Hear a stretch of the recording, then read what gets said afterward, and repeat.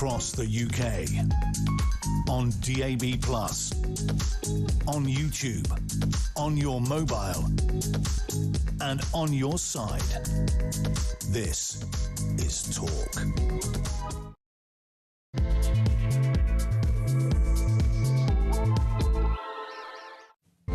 And good afternoon. Yes, welcome to the home of common sense. So much to get through. Thank you to Julia. Back in just over a week. So Nigel Farage's Clacton by-election descended into a bit of a farce when Labour and the Conservatives confirmed they won't be standing as candidates, leaving Count Binface as his possibly only but certainly main challenger. Bookies have slashed the Bin's candidates' odds to 5-1. We'll look at that in more detail. Has British democracy just become a bit of a joke? Also, the Home Secretary is moving to close that legal loophole that has kept grooming gang ringleader Shabir Ahmed in Britain, though Pakistan is refusing to take him back and reportedly demanding the extradition of political dissidents in return, with ministers now considering visa sanctions or withholding foreign aid as leverage. Where will that... You can drop somebody off, can't you, in a safe place in a desert? And nearly 13,000 toilets and 5,500 changing rooms across Britain will need revamping to comply with the new single-sex guidance following last year's Supreme Court ruling. Estimated cost of this, £703 million, to change the name of a bog over the course of the next decade. Seriously? 0344 499 1000 is where you will find us. So I think it's worth reminding everybody, it's 1:05, by the way, as we delve deep into... Has British democracy become a joke, by the way? 0344 499 1000. Let's have a look at the current state of play. I'll tell you what, I don't think Sky News or anybody else should be my judge. I think the voters here in Clacton should have that opportunity. And as for the other parties, you know, the Conservatives got over 30,000 votes here in 2019. They don't want to stand. They know... Well, you know why? Because they'd lose and lose badly. Well, he might have a point there. Nigel Farage speaking to Sky News, which is interesting, as the day before, of course, he had a right old row with them. The Clacton by-election rapidly turning into one of the strangest political contests I think we've seen in recent years. I mean, we talked about Makerfield being marked out as the one everybody will remember, and that is absolutely true for obvious reasons, and we know how that all played out. But this one, again, has got all the hallmarks of something very different. Nigel Farage effectively challenged the electorate to deliver their verdict, and the response from the other major parties, as you're now aware, is not to bother turning up. Labour and the Tories say they will not dignify the whole thing by standing a candidate, leaving Count Binface as the only confirmed challenger. But he does have an interesting pitch. That second election, which would cost 380 grand, will only happen if Nigel wins this one. So if you vote Binface, you save the British taxpayer £380,000 without me doing anything. Well, there it is. I mean, he's offering a saving before he's even got out the traps. Now, I mean, I understand the arguments around this, that the other parties say it's a stunt. Fine.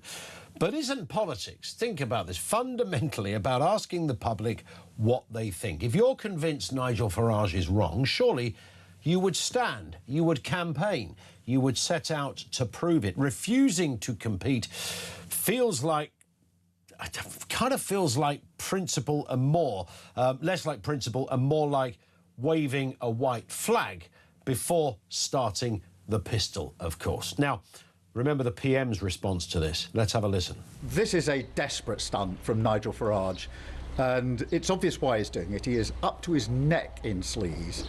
Politics should be about improving the lives of millions of people, not about personal gain, not about hiding dodgy donations. And I think the public will see this for exactly what it is. That is Keir Starmer speaking in 40 grand's worth of free suit and about 1,200 quid's worth of specs. Imagine living in Clacton. You're told democracy is precious, but when election day arrives, your realistic choice is Nigel Farage or a man wearing a bin. I'd probably still vote, if only to defend the principle that elections should involve, well, elections, right? But I can understand why some people simply shrug and go, do you know what, I'm going to stay at home. It's going to be interesting to see if the turnout for this is absolutely huge or dismal. History has produced odd contests before. I'd forgotten about this until I was writing about it earlier. 2008, David Davis resigned to force a by-election over civil liberties. Labour chose not to oppose him. That was unusual. So there he stood on his own. Victorious. This feels even more extraordinary. Whether you admire Farage or not, he's at least putting himself in front of the voters. If his opponents genuinely believe he's finished, then the ballot box surely was the perfect place to prove that point. By staying away, you've handed Nigel Farage something almost as valuable as a victory. The argument that the establishment would rather boycott the contest than risk losing it.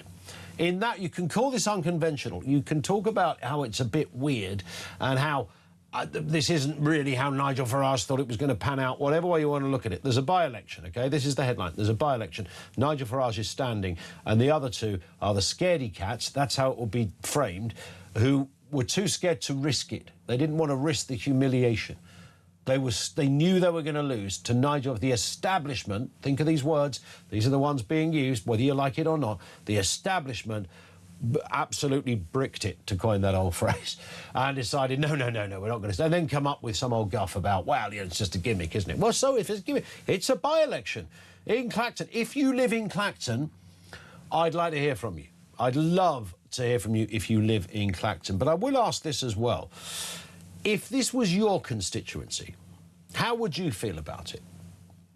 Would you feel that, let's assume you're a Labour voter or a Tory voter, and on a clear day, from where I'm sitting, you can see one or two of the other, only on a clear day. How would you feel if this was playing out in your neck of the woods? 0344 499 1000. Let's get a word with Linda Jubilee, broadcaster and journalist, joins us again. How you doing, Linda? I'm doing very well. How are you, Ian? I'm good. Nice to have you with us. I mean, this is a curious one, isn't it? It's unprecedented. We know that. It's not normal. We know that. It's a bit weird. We know that. What are you overarchingly, what are you making of the state of play so far? Because as we sit here on Thursday, July the 9th, less than a... What was the date for the election in August? Was it the 4th? So 6. So we're less than a month away from this. It is Nigel Farage versus a bin. And you ask, do the international community take us seriously? Yeah. Well, no, I don't suppose they do. And to answer your question at the end of your link, would I be cross if I was a constituent in Clacton-on-Sea? Yeah, I would be. And actually, I said exactly the same thing about Makerfield. I'd have been very cross then. I think it's time we all grew up and got behind serious politics, frankly. Now, what I would say is, having been on air with Nigel Farage, I think that he is a really professional guy, professional broadcaster. He is a pleasure to be with on air. He is a consequential politician. But actually, I regard this as a comms tactical misfire. And the reason I say that is because I think that I think he's going to get voted in again. And that proves that his followers are behind him in Clacton, not the rest of the country, in Clacton.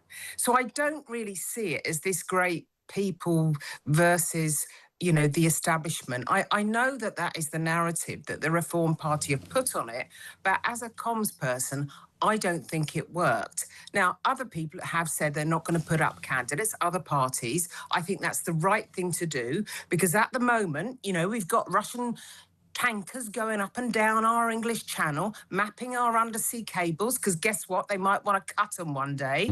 I think we should be concentrating on the big issues and not this. It's going to be interesting because we will never know, I suppose. Did Nigel Farage, when he and Reform came up with this, did it matter to them whether the main parties stood down? Was it crucial that they stood to prove the point in a greater way, or was that, in many respects, irrelevant?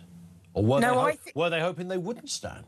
No, no, no. I think the fact that they're not standing, and I didn't know whether they would or they wouldn't on the afternoon of, I think it was Tuesday, but as one by one they decided not to stand, I thought, actually, that's the right thing to do. Now, do I think that Reform had put that into their minds? They've got a new comms director, as I understand it.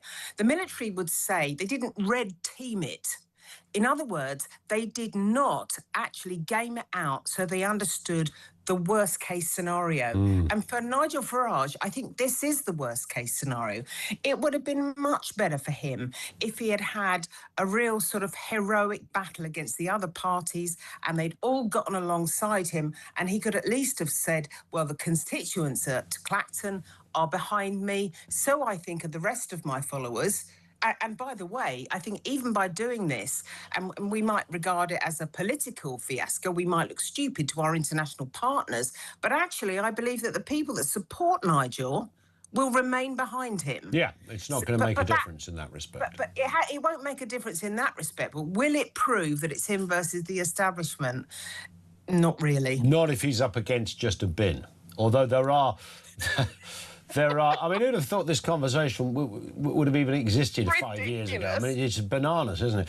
Can you imagine? Lawrence Fox, who's the leader of the Reclaim Party, I don't think they're really making much... he makes a lot of noise on social media, of course, but I don't know whether his party have... in any way penetrated the electorate in meaningful sense, but he's kind of got a vague. Does he endorse Rupert Lowe? I'm not sure. I think he might do. He certainly doesn't endorse Nigel Farage. So he's announced that he would also be standing. I just wonder whether those that are disgruntled with Reform and became Restore supporters would lend their vote to Lawrence Fox, for those who've even heard of him or the party. Well, I think if Restore stands, they stand a reasonable chance of taking a chunk out of Reform's vote here. Because if you think back to the Makerfield election, where there was a trajectory which said that Restore could take 10% of the vote. In fact, in the end, it took 7%. That's still a sizable chunk. And when you're dealing with the equations in a by-election, these things count. Indeed. Well, the Restore have said they won't stand on this one, but they will stand if there's another one, because, of course, there might be another one after the Parliamentary Standards Committee have delivered their verdict on Mr Farage's, what they claim is potentially a lack of declaration of donations. That could trigger another by-election. So we could have a by-election on the 6th of August and then have another one on the 6th of September. Why don't we just have one every month in Clacton? I don't know, get it out of the way. Make it an annual, a monthly thing. Or even, but make by-elections, you know, every time there's a slight hiccup in anyone's vision or strategy, why don't we just have a by-election? Because actually, 2 things. The public will get fed up with this very, very quickly. And 2, we won't be taken seriously. And we need to be taken seriously. Do you know, the funny thing is, when I was listening to the Binface interview this morning on another channel, I thought, you know what? I think people could get behind him. Historically, he's only taken 65, 95 votes, has lost his deposit, blah, blah, blah. But actually, I think he said some really sensible things. I think people might get behind him. I mean, that's always possible, isn't it? I mean, there could be the sort of... I mentioned this before, you know, in the sort of... When people vote for daft stuff like Boaty McBoatface or called themselves Jedi on the census form, it might become a bit of a thing for Tories and Labour and Lib Dems to all vote for Binface, or the Bin, as he should be known. Do you know what is so interesting as well is that he obviously sounds like a Dalek in a much, much better way than Sir Keir Starmer sounded like a Dalek, actually. I mean, he's turned it into some kind of art form. Yes, I mean, it's all about the Dalek. If you can't have a Dalek voice, you're no use. You're nowhere. No. So we got 0.2% of the vote in Makerfield, as you said, 95 votes. So there were at least 95 people that were enamoured by the mighty Binface. You see, the thing is, we never heard from him, and now we have. And a lot of people could get behind what he was saying this morning. I mean, he was genuinely funny, actually, as well. I think that is, you know, you could maybe he'll retain his deposit this time, at least. Maybe he will. Somebody said earlier, Philip, that he works in this building. Have you heard this, Phil? Oh, how interesting. The bin works in the building here. Yeah, I'd love to meet him. Some stuff with Times Radio. Yeah, I'd love to meet him. Really? Quite like to interview him, really. Yeah. I've always said you've got an odd taste in men. Oh, I don't think I do, actually. Well, no. I think I've got quite good taste in men. But I tell you, there we go. My hero. Yes. I can see your eyes well up as we flashed up the photograph. What a lovely image. Listen, Linda, stay with us. There's loads more to come. Linda Jubilee with us, broadcaster and journalist. Has British democracy just become a joke? You think about what we're dealing with here. Nigel Farage versus a bin. That's how this will play out. Forevermore will be remembered as that. Does Nigel Farage, can he then legitimately claim that he took on the establishment and won? He can claim, however, because he will win this, so he can still claim, look, all these accusations that are being thrown at me, which I've made no secret of the fact that I received this money, and I don't believe I've done anything wrong, but if people were that perturbed, if my constituents, the people that matter to a constituency MP, if they were that grumpy about it, they won't vote for me on the next by-election. They wouldn't do it. That's it. That's the headline he needs. They will vote for him and he'll win it. So, job done, right? 0344 499 1000. Has politics become too broken to be taken seriously? Lines are open. Coming up on 20 past 1, this is Talk.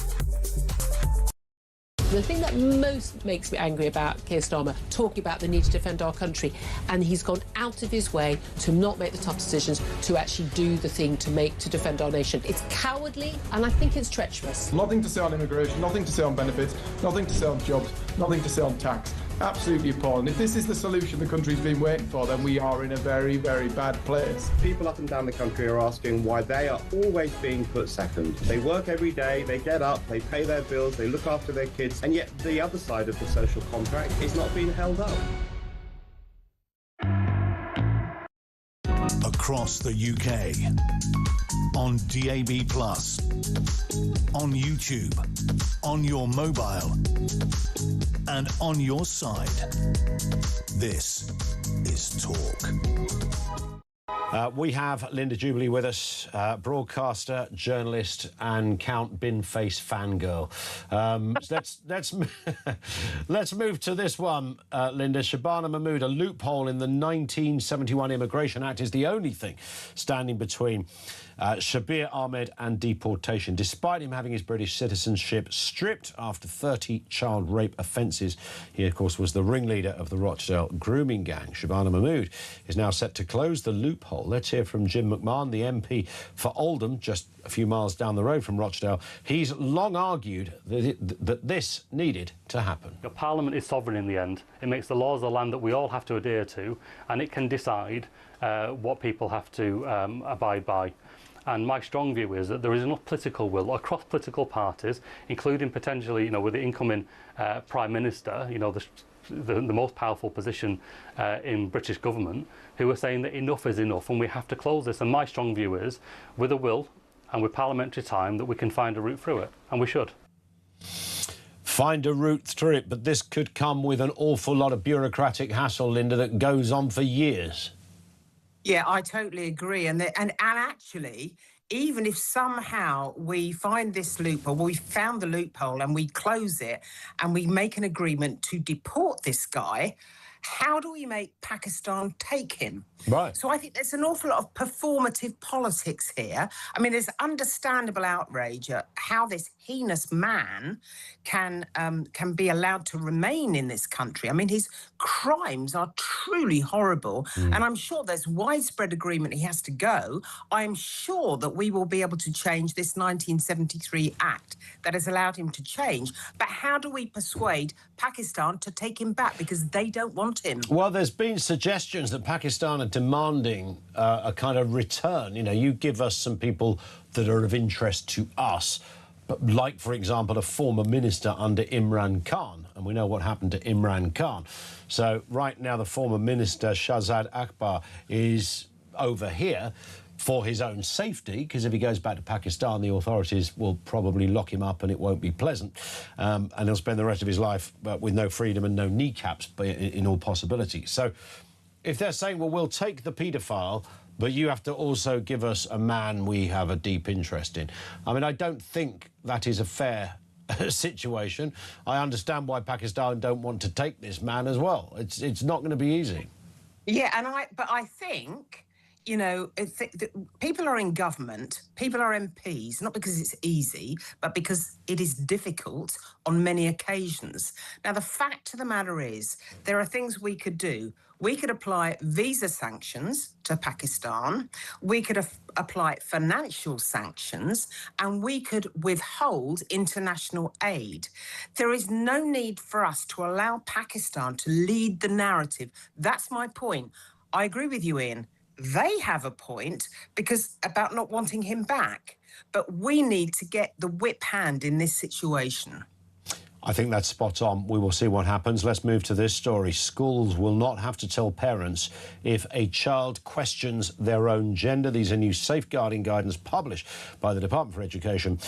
Needs not tell parents if a child questions their gender unless the pupil requests name or pronoun changes. Now, I don't even know where to start on this. The idea that if a kid at school says to Mrs. Smithers, their teacher, I'm feeling like I might not be a boy, I think I might be a girl, if for no other reason than the genuine concern, why would you not flag to a parent the fact that a child has said they might not be the gender they were born with? But what, I mean, it's such a big story. How has this been resigned to? Oh, it's just between the teacher and the pupil. It's ridiculous. So the first thing is, you know, that apparently in this report there is concern about primary age children. I mean, there should be a lot more than concern about primary school. It should not be allowed with anyone under 16, right? Now, I think that for too long, parents' authority, if you like, and let's just use that word because I think people don't like using it, but their authority over their question has been gradually eroded by a series of ridiculous regulations. Now, that shouldn't be happening, especially over such a serious topic. Yeah. But answer me this, Ian. If a school has to ask a parent if they can apply sunscreen lotion in the lunch break, how are they not allowed to have some kind of information about their child in this instance? I mean, I would be furious if I discovered that there was a conversation going on about anything at all between my child and a teacher that I, as a parent, were not party to. I don't believe there is some sort of... It's not like a patient-doctor thing. It's your kid. With the primary age kids, these are children that are largely under the age of 9 or 10. I mean, this is beyond outrageous, isn't it? I mean, just anything you would instruct the parents, particularly something as profound as this and as serious as this. I think it's not just very young primary school children, I think that even if you were the parent of a 16-year-old, you would expect to be informed by the school.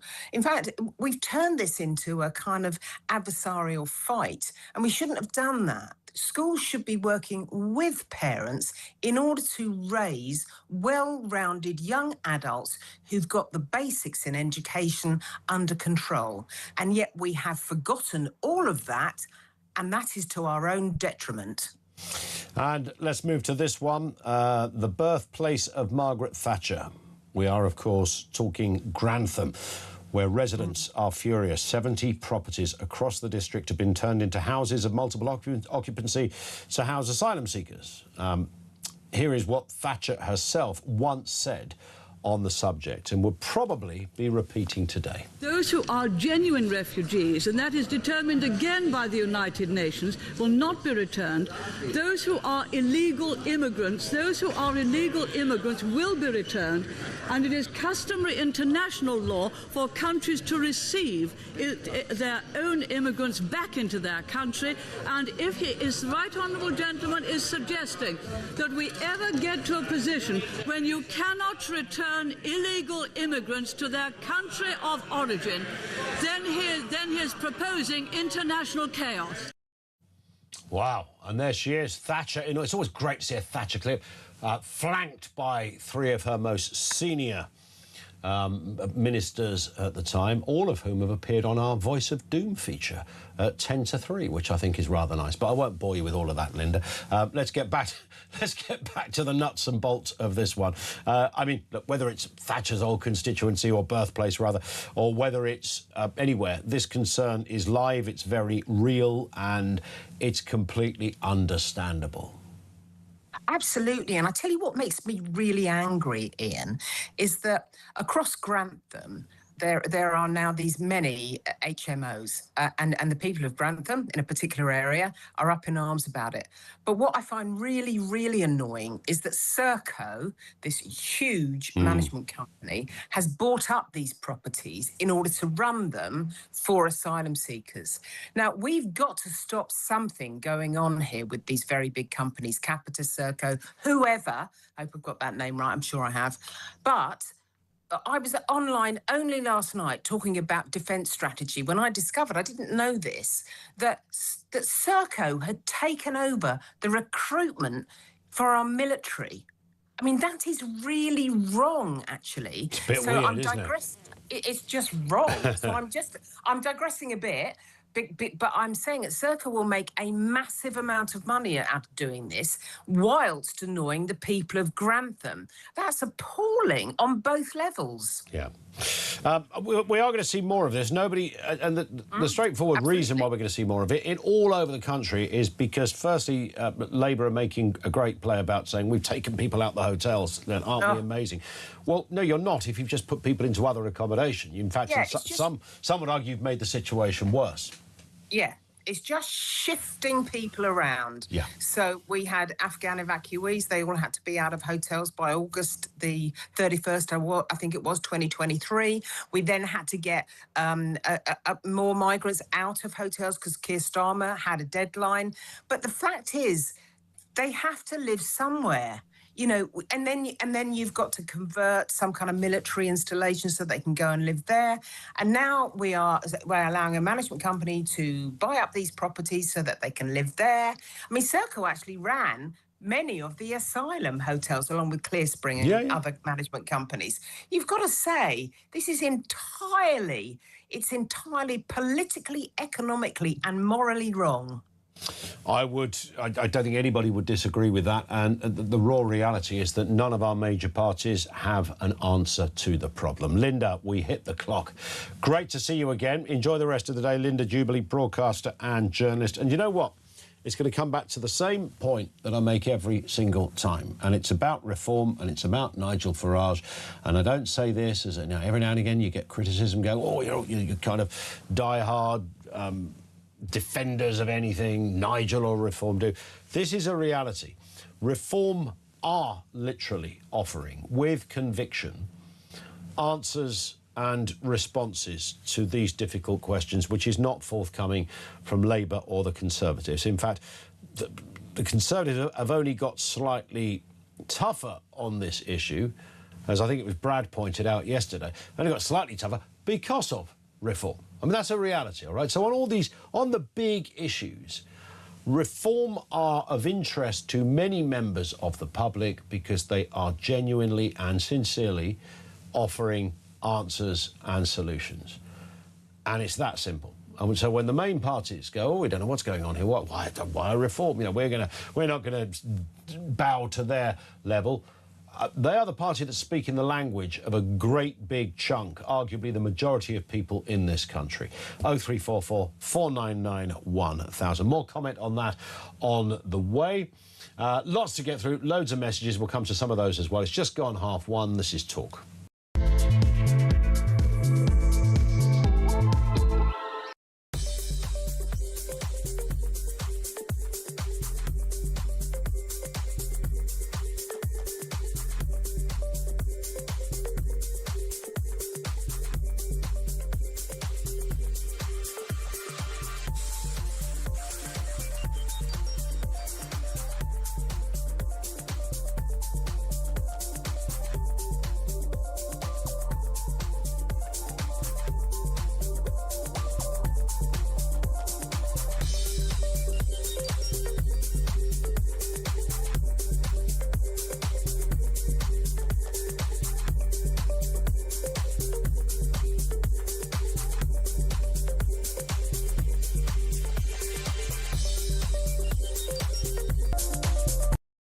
Across the UK, on DAB+, on YouTube, on your mobile, and on your side.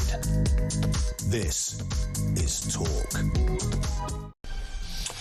One here says, how will this be an independent decision? It's a stitch-up by the machine. You have the likes of Ed Davey quoting 1842 laws. The guy is a joke.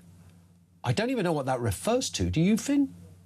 Is that referring to the by-election? Is it referring to the extradition of the grooming gang? I honestly don't know. But anyway, thank you for the message.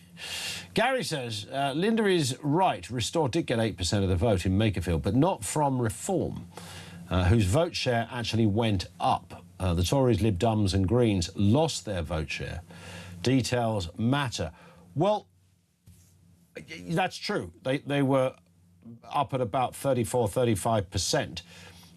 And in 2024, this is Reform, in 2024, around about 31% of the vote. So their vote share did increase. The amount of votes they got was, you know, again, substantially, sort of 5,000 more in that one as well. The turnout was it around about the same, wasn't it? I think it was slightly more in the last by-election.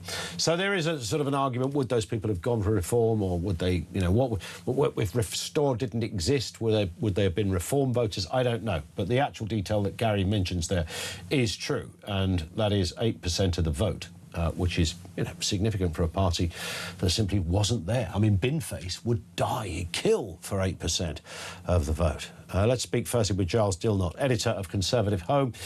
Giles, good afternoon to you. Always good to chat on these things.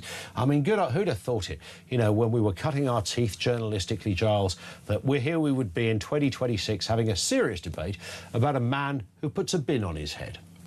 I mean, I find it really quite extraordinary.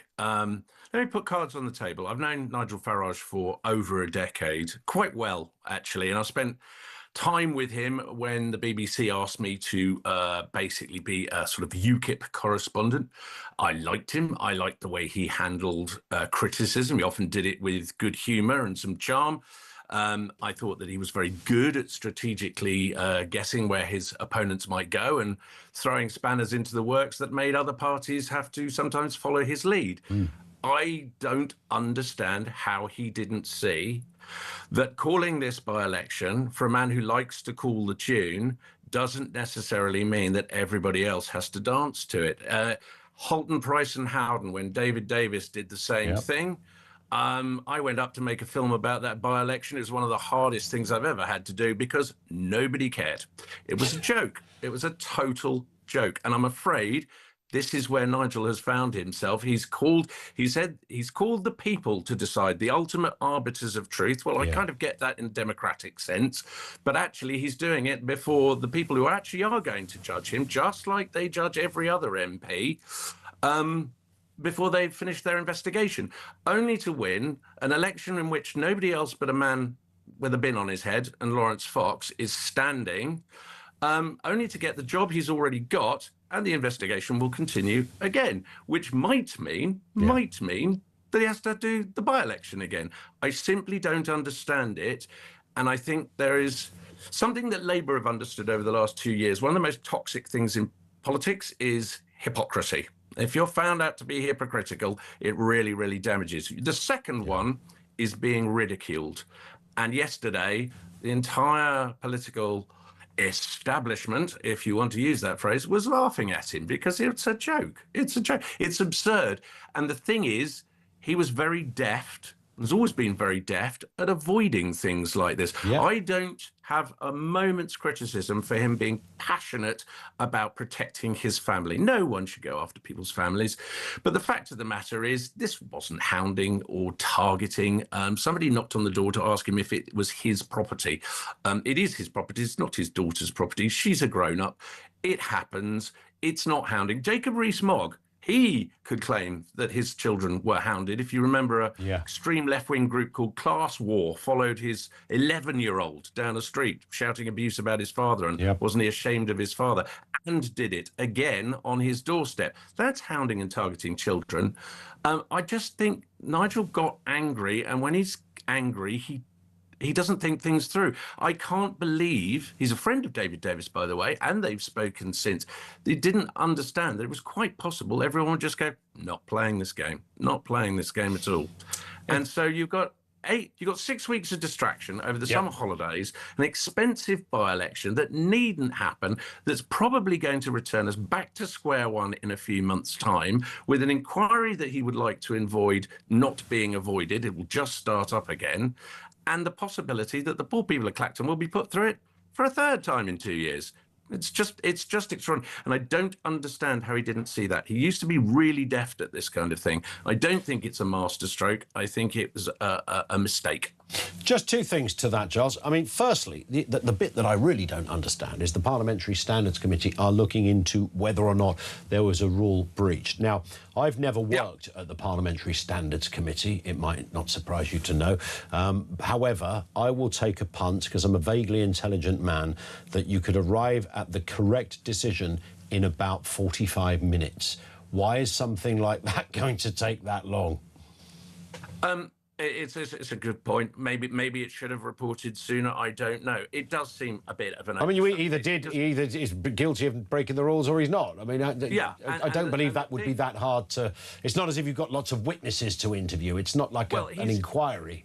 So let's just look at it. His reasoning is that he took legal advice that suggested that he did not, because it was a personal gift, need to declare it. This was given to him in the period that very clearly covered by the rules, which is a year before you become an MP. Yeah. If he'd turned round and said, you know what, I still think I haven't done anything wrong, and maybe I haven't done anything wrong, but I regret not declaring it, was probably optically, this would have gone away. What he actually did was prod, and people started to think, well, what else? Where else does he make his money? And what else is it? A whole load of things come out about it.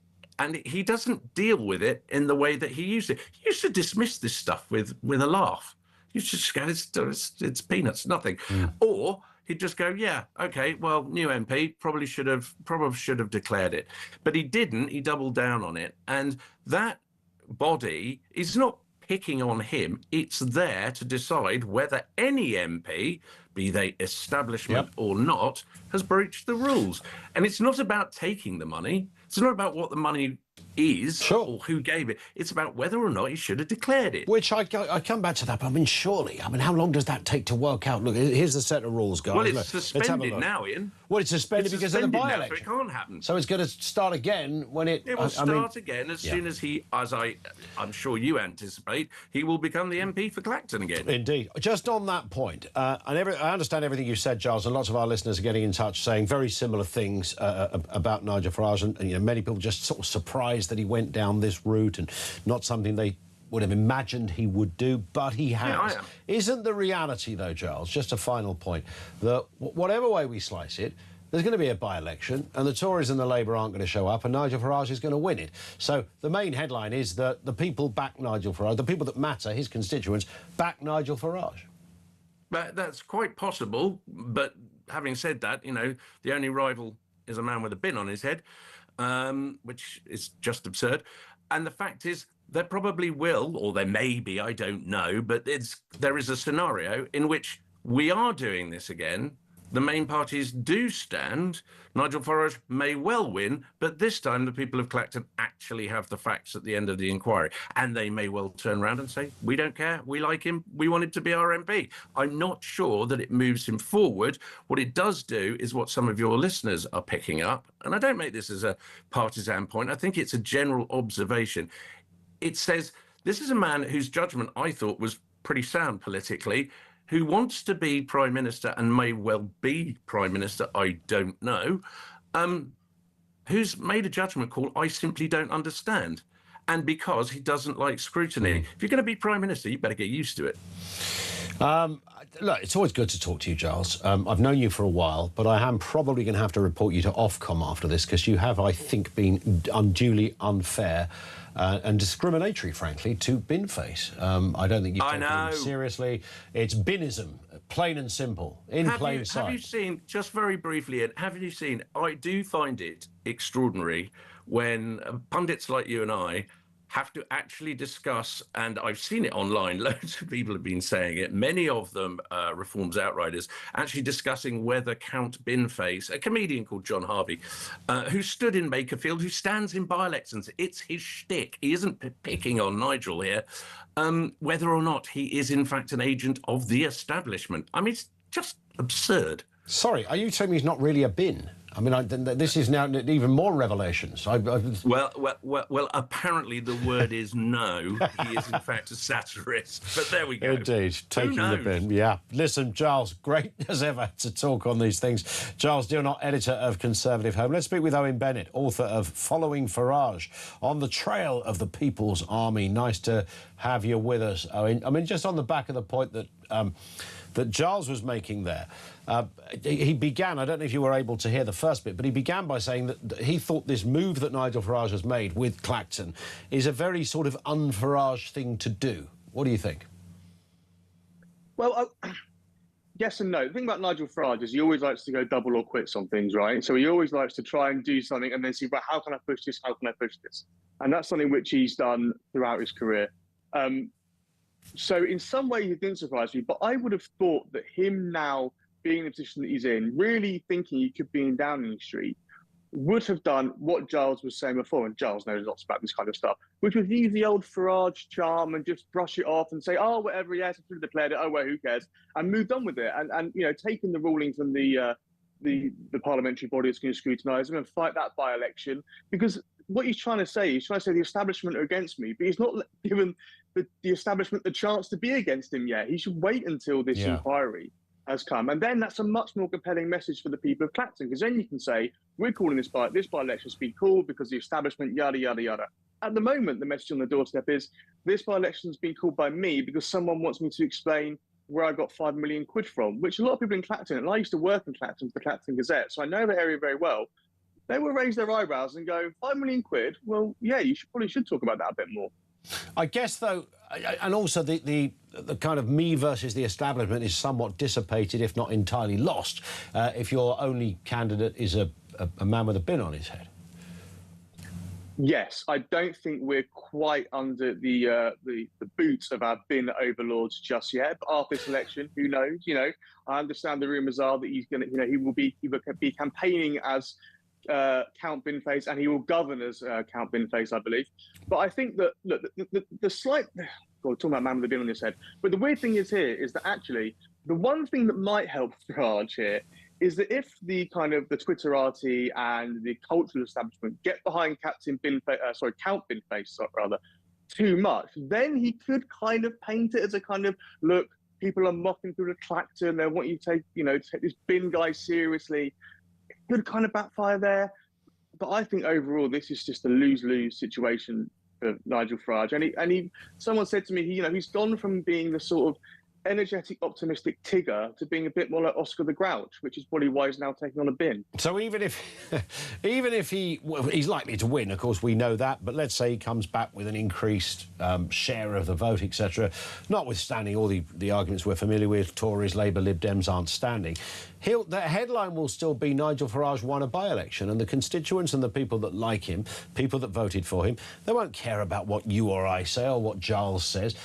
They will just look at it as a man that took a punt and said, right, let's see what people think. My people, let's see what they think. They voted in big numbers. I'm still the MP with increasing numbers. Job done. True. I think there's three things that I would just sort of chuck into the mix there. The first is we might very well have another by-election long after that. So this by-election will be completely wiped from kind of history, but it'd be fresh in people's minds, thinking, God, we've got to go through this all again. And they might not actually thank Nigel Farage for doing that if they see him as a reason why that is. Two, yes, Count Binface is standing, but also Lawrence Fox is standing. And we know from the Makerfield by-election that when you've got someone on the right, further to the right than Nigel Farage is and the Reform, that does eat into their vote. Now, I don't think he's going to win, but that could just plant the seeds a little bit for more of a split vote in a proper by-election. And third, there's the Manchester mayoralty election coming up, and you would have thought that that Reform would have been going great guns out. They want all their activists, all their spend. They want Nigel themselves up there. That's not going to happen now. Resources are going to be split. Activists already being told to sort of rally to the King's flag here down in Clacton. And I think that, yes, you might get a headline of Farage wins Clacton, but wouldn't a better headline have been Reform wins the mayoralty election, or even comes a very close second? Because that would have really knocked the wind out of Andy Burnham's sails in his first 100 days as Prime Minister. Of course, there is a way to stop there being a second by-election in Clacton, and this is Binface's main pitch, which is if you vote for Bin, then there won't be another one. So, job done. I mean, I didn't know. It sounds like you get out campaigning from that. I think that you might get a lot of respect. They were his own words. He actually says, if you vote for me, then there won't be. So you will say, Binface can save the taxpayer 380,000 quid like that just by getting elected. Well, you know what? Put that on the side of a bus, like the NHS figure in the referendum campaign. Or on the side of a bin lorry, maybe. Oh, Ian, you're steps ahead of me. Put it on the side of a bin lorry, vote Count Binface, and you'll save the taxpayer £300,000.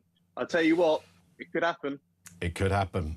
Careful what you wish for. Owen, great to have you on again. Thank you, Owen Bennett, author of Following Farage on the Trail of the People's Army. I'm kind of intrigued as to... There is a lot of criticism of Farage on this, an awful lot of criticism. And, yeah, I can, well understand the move seems a bit odd. I think what Giles Dielnot said, it would have been much better to say, yeah, I did get this donation, which, by the way, I haven't got a problem with at all. It was a personal donation, and maybe I should have declared it, didn't realise that. And that, I think, would have been the easiest thing, unless you genuinely don't have to declare it, then fine. But... So, yes, I can see the criticism that it's now taken it to me versus the establishment. I'm getting hounded, but kids are getting hounded. And, that's not quite true, the thing about the kids, but I understand where he was coming from. But I'm not sure he's wrong on this, on having the by-election, because I still think the overarching headline of this will be Nigel Farage won another by-election. That'll be it. And that's the one he wants, from the very people who elected him, the people that matter. That said, he will be up against a bin, which forces the question, has British democracy become a joke? Has politics become almost too broken now to take seriously? 0344 499 1000.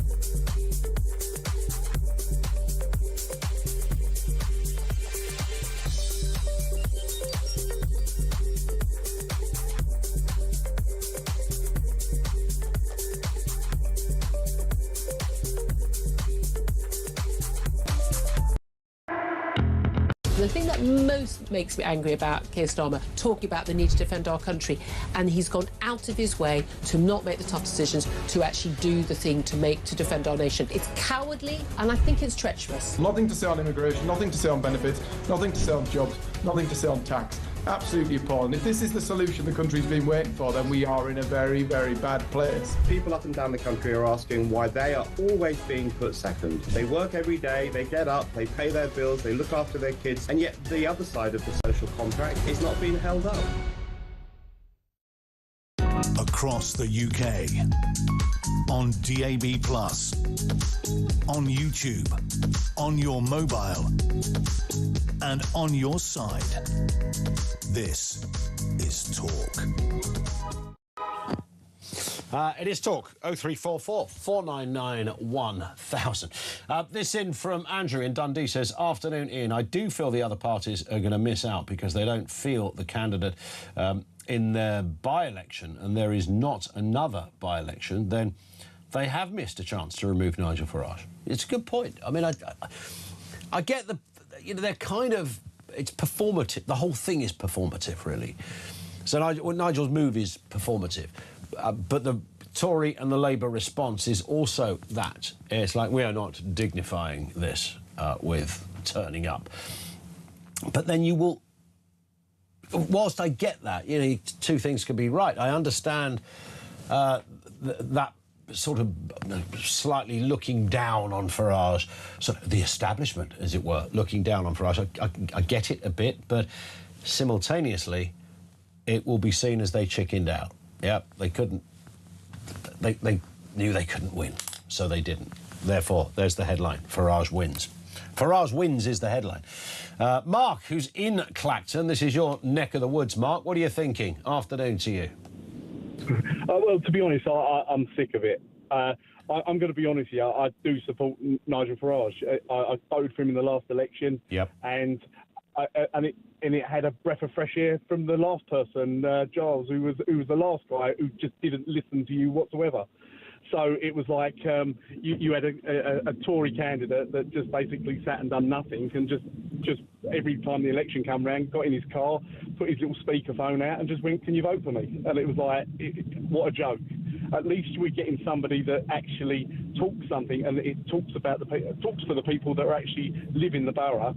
Now I appreciate that you get all these parts of well, he's always in London and everything like that, but I want somebody that actually values what I say. Mm-hmm. I was ignored the Tory party. I was a previous Tory party person, yep. And my parents were Labour, and I just disassociated myself with both parties because they're just not for the common person. I get out. I work in London. I work all over the country. I sometimes have to leave 3 or 4 o'clock in the morning to go to work. Don't get home till 8, 9 o'clock at night, and you see what your money's spent on, and you think to yourself, what the hell is going on here? So there's nothing about this then, Mark. You're not feeling that Farage is kind of wasting our money, letting us down, performing a stunt. You don't feel that. You feel this is a good move from him and one that you will support. I'll vote for him again, and many people around me, most people I know will vote for him as well. But the issue is, it is a stunt. But it's the same thing like what was happening in America with the Democrats. Yep. You know, they're doing stuff where they're forcing the hand, and then what they've done is that they're trying to put him into a corner and make him look stupid. But the problem is, he's saying this, he's trying to prove his innocence, and whether he's innocent, whether he's not. Do you know what? It's got to the stage where I don't care if he's innocent or not. That, you know, when you've got the Tory sleaze, you've got what's gone on since Labour have come in with their cash for Lord Alley and all the bits and pieces with him.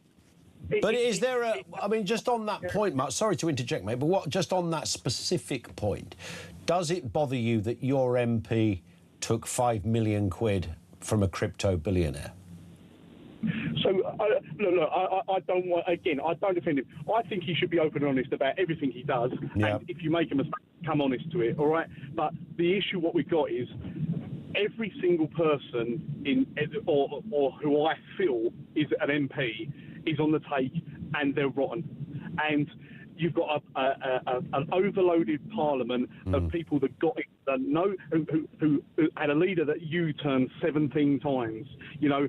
Nothing, everything, no manifesto, and he just got in because it was the pie that wasn't it was literally the pie that wasn't the Tory pie, and because of that, it's becoming a complete and utter mess. I want to use more, colourful language, but sure. it is a mess. And when you see the waste of what we're getting, it's like they just don't care about our money because they don't live in the real world. Yeah, and that is whatever people think about Nigel Farage, what you've just said there, Mark, is absolutely spot on. It's like, well, we've tried the other two multiple times. We don't believe their heart is in it when it comes to things like immigration, net zero, and all that stuff that's massively expensive. But we do believe, whatever you think of Nigel Farage, I don't think there's anyone in the land, Mark, that would say this is not a man that's going to take immigration seriously in a way that no other politician previously has. And that's why he is where he is, right? I think that the immigration's almost like a red herring because, let's face it, Europe's becoming very right, coming to the right side of it from being very left for the last sort of 30 years. Possibly. Now, because of that, you're getting countries that are actually doing their own policies on immigration, which is going to have a knock-on effect to which to us. So you're going to get I hope there's going to be a natural part where we get less illegal immigration coming through, because in my area is rife with it as well, just like most areas they're getting. It's not a affluent area, you can't just say you can't, cheap area, property's cheap, companies are buying it up and then doing HMOs and doing... Yeah, of course they are. Mark, I've got to move just because of time, but you've been brilliant and you're right in the eye of the storm, as it were, as a constituent of Clacton-on-Sea. Thank you to him. Dan in Tunbridge says, Ian, if the main parties refuse to run in Clacton this time, what reason would they give to running if there's another election forced by the Standards Committee findings? Smacks of hypocrisy to me. Yeah. I mean, they will stand, apparently, won't they, if there's another one? They'll all stand if there's what they would say the official one, not a made-up one. Doesn't matter. Headline, Nigel Farage wins. That's all they want. 0344 499 1000. You can message us on 87222. We continue to take your calls on this. Has British democracy become a bit of a joke? Lots more to come after the news at 2.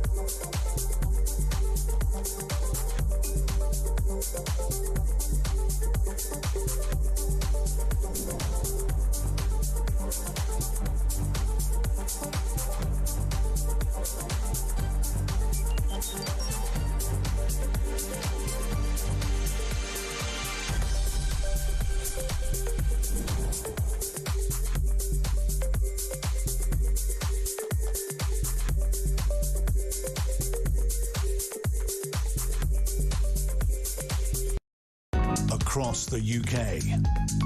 On DAB+, on YouTube, on your mobile, and on your side. This is Talk.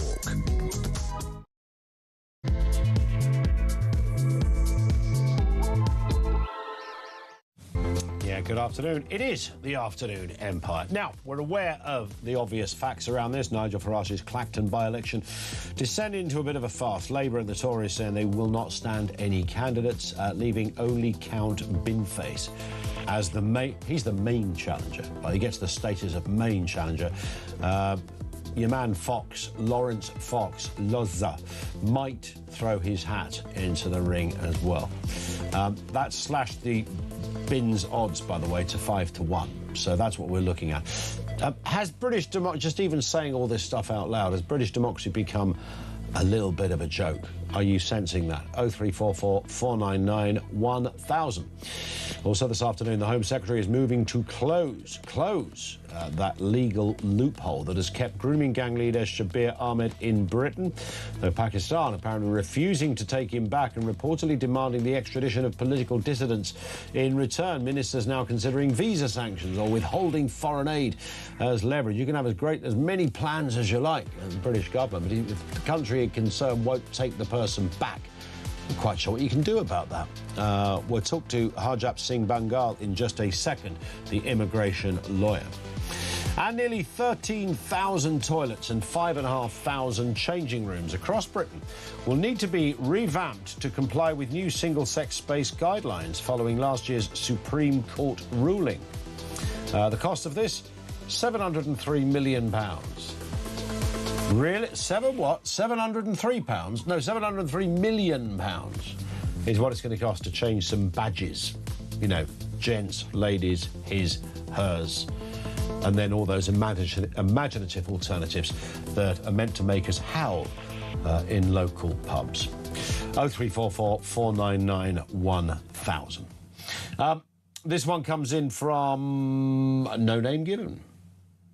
Oh, there is. Sorry, it's Amanda. It says, it wouldn't surprise me if coachloads of Reform voters from all over the country turned up in Clacton to give Nigel Farage moral support. I think there's going to be that. I think there's going to be a really big boost and a motivated campaign that comes from outside the constituency. When is the Manchester mayoral election, Finn? So we've got August the 9th, isn't it? The Clacton by-election, I think I'm right in saying, August the 9th. And then the Manchester mayoral election is the 30th of July.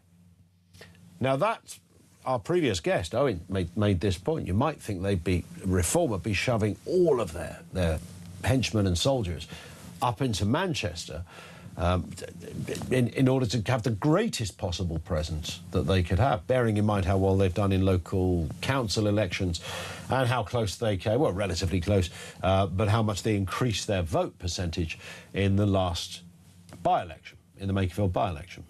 That's where their resources would be. Can their resources be in two places? Do they actually care about Greater Manchester anymore? If Big Nige says, you're coming here, then they're going to go Clacton, not Manchester.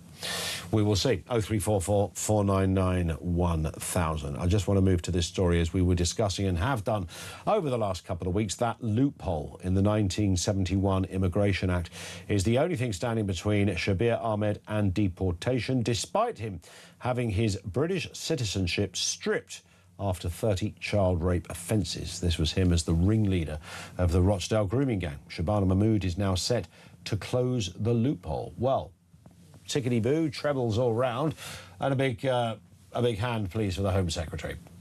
Fine. You're going to agree to change the law, get rid of the guy. Where are you going to take him? That's really the question. Harjap Singh Bangal is the UK immigration lawyer. Joins us now. Harjap, always good to get your views on this. I mean, that ultimately is the question, isn't it? Where do you put someone if the country is not willing to take them? Yeah, I mean, you have to have a returns agreement and you have to have the country willing to accept to take him back. And that's the issue here. Pakistan have said, well, actually, you know, it's got nothing to do with us anymore. He's been there since the age of 6. You gave him British citizenship. You've sentenced him. You could have hanged him for all they care. They said, but we're not going to, why should we take him back when technically he's not wholly our citizen and he didn't commit the crimes in Pakistan against Pakistani nationals. Yeah. So, I mean, so that's their point. But these things have a way of playing themselves out in bargaining chips and a lot of returns agreement deals that are done as part of trade deals.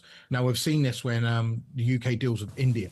So as part of their trade deals, they're like, okay, we'll give you X, Y, and Z amount of money, but you have to accept this number of people of your who are overstaying back. And so that's what that's where the real leverage is going to be, where Shabana can dangle carrots in front of the Pakistani government. And they've already started sniffing at the carrots and asking for them. They want criminals on the run from them back as well, extradited. So it could be a quid pro quo on that. And we often see exchanges of people who are wanted between countries. Indeed. Well, I mean, I think and most people would understand if there's a criminal on the run, send them back and let Pakistan deal with it and finance whatever legal criminal case against them. It's when political dissidents are on the run that it gets a little more tricky, right?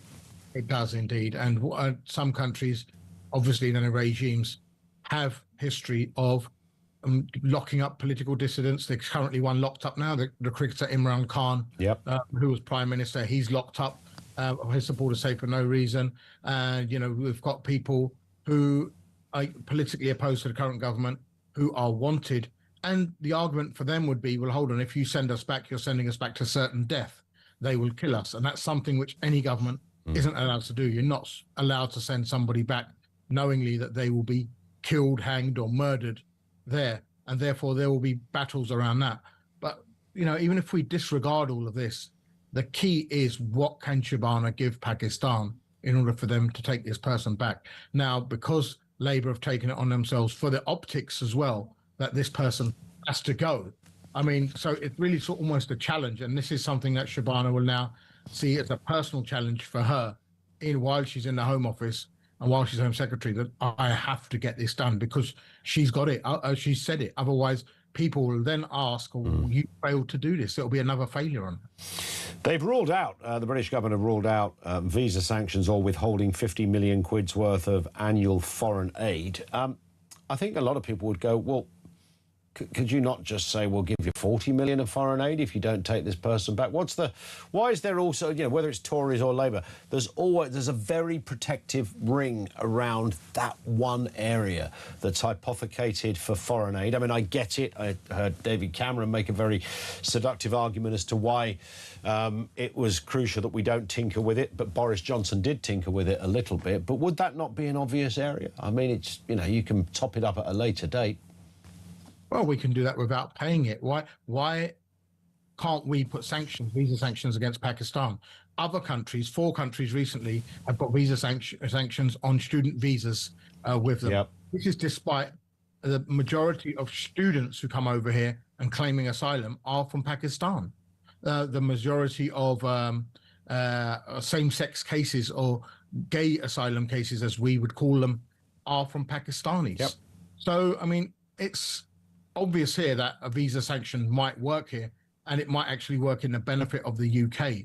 However, the UK probably does not want to upset its relationship with Pakistan. Pakistani students do bring in X amount of money to the economy. The unis are already lobbying the government, saying, well, hold on, you've put so many sanctions on restrictions on student visas that students are choosing to go to Canada, Australia, and New Zealand instead of coming to the UK, and that's affecting the unis and their budgeting.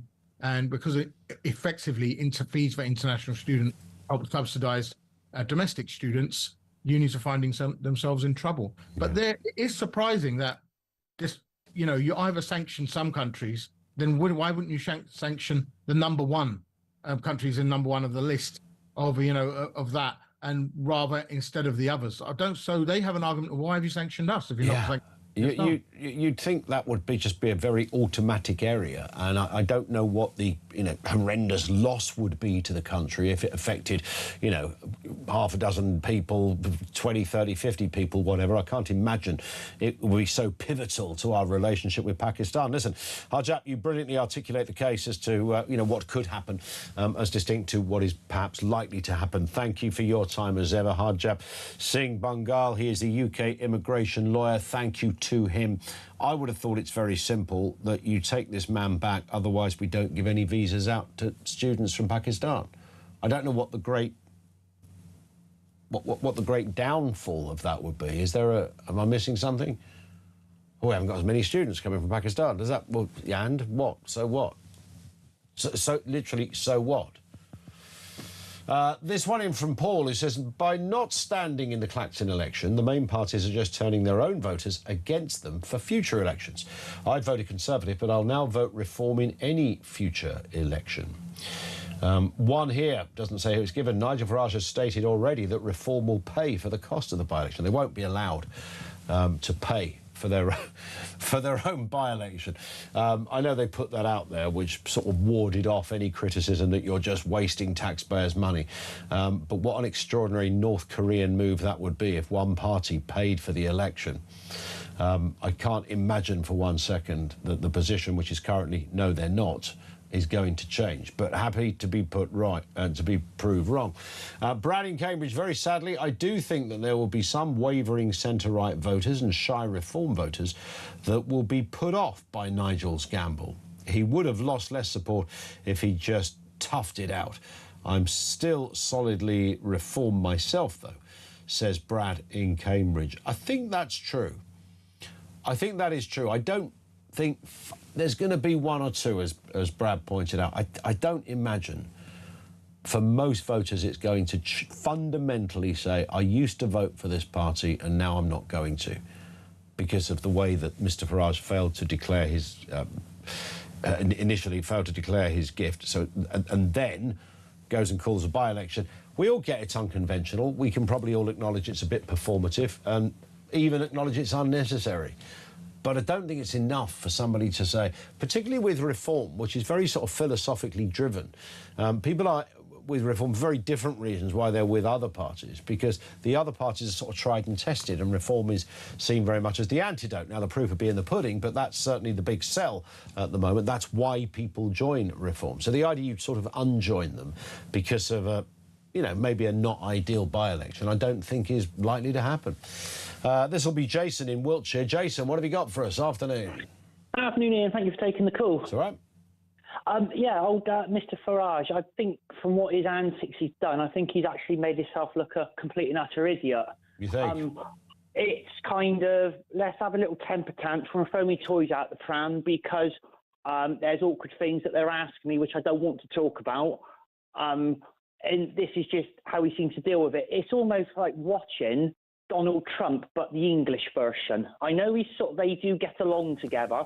So is he taking sort of things from what Trump sort of does? And, you know, we've seen before with, like I said, Trump in America, things that he's had temper tantrums about. Yeah, and it mostly, I mean, again, you're always in that danger zone that if you sort of criticise Trump, it's almost like you're criticising someone's dad. And by the way, you know, the last time I looked, he's not even our president, but people, even over here, are fiercely protected of him. This is a guy yesterday that called the Iranian regime scum and he's going to bomb the life out of them.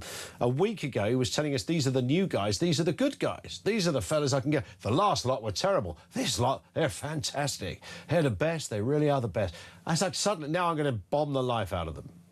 Well, he'll change his mind again next week. Well, yeah, I mean, I don't know with these again, but yes, if you were, I don't know, as a Trump supporter, diehard Trump fanboy, you would not look at that and go, "That's a bit weird." That's a bit.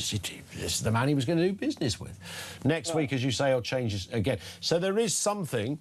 Once you've got people on an emotional ticket, then it can work really well. So you're grabbing people's emotions, not their kind of facts and logical brain, and Trump has done that brilliantly, and some of those emotions turn out to be, you know, reasonably held. But so it's a bit Trumpy. It's very Trumpy, but also I suppose what he has done, he has gained a lot of the attention, shall we say, from the mainstream media. If we look at our potential future Prime Minister Andy Burnham, he's nowhere to be in sight. All we've got is Nigel Farage again. So obviously the publicity that's going to get to Nigel. But what really concerns me is you get a man who sort of becomes into this sort of professional capacity of Prime Minister. If he comes up against someone, because you know if he gets in, the mainstream media, they're going to be gunning for him. Is he going to stand there and sort of stamp his feet and have a little temper tantrum and say, I'm going, I'm resigning? It's really put doubt in my mind of what he's going to be like. It's Nigel Farage, isn't it? I mean, Nigel really is only for Nigel. If you've watched him with UKIP, the Brexit Party, to me, it's always been Nigel's for Nigel. He doesn't sort of worry about anything else. That's my thoughts on it. Well, I think that is kind of very much the view of people inside and outside of the Reform Party. But you know, and I get it. I mean, it opens Reform up to a whole lot of questions that wouldn't be given to other parties. But, you know, maybe that is partly the charm. But once you get in there, you do realise there is Danny Kruger, Richard Tice, Suella Braverman and others. Listen, I stopped there, Jason, for time, but thank you, mate, for that. Jason over there in Wiltshire, thank you to him. This in from Paul, also in Wiltshire, who says, has anyone thought of this scenario? At the last minute of submitting candidates to enter the by-election, Farage withdraws, leaving Count Bimface a clear run to Parliament. Wouldn't all parties have egg on their faces, says Paul. True, they would, but wouldn't Nigel Farage have more egg than anyone else, given that he would literally have created that situation? Would Count Bimface accept the position? Would he accept that? Would he go, oh, I've really messed up here. It was never, ever meant to be taken seriously. There must be a little bit of bin-face when he goes home and lays his head on his satirical pillow. He must think, God, you know what? Quite fancy this MP lot. Yeah, I'm going to properly campaign. I'm afraid, I hate to break it to Mr. Bin-face, which, by the way, horrifically, I discovered is not actually his real name. Anyway, Mr. Bin-face is a man that stands by the bin. I mean, there is no doubt about it. This is not a bloke that's going to say this is just a gimmick. So whilst he might like the idea of being in Parliament, he's not going to surrender the bin. And I don't think Lindsay Hoyle, I don't think they would allow that, would they? How would that say, if you were elected wearing that, would you not go, hang on, this is, people voted for this, Hoyle, and now you're telling me what? Because you could look forward to the day when there's 12 of them, all with a bin on their head, all sitting on the green benches. You'd have different types of bins. I mean, you might have a Sikh bin head, so you'd have a turban on his bin. So there'd be that. You might have, I don't know, you might have a bit of a dude who's got a little baseball cap going on. You could have all sorts of bin-based scenarios. So that would really liven up Parliament, wouldn't it? It would look utterly... Can you imagine other countries going, have you seen what's going on? You seen what they're doing over there? They got this bin party thing going on. 0344 499 1000. This is Talk.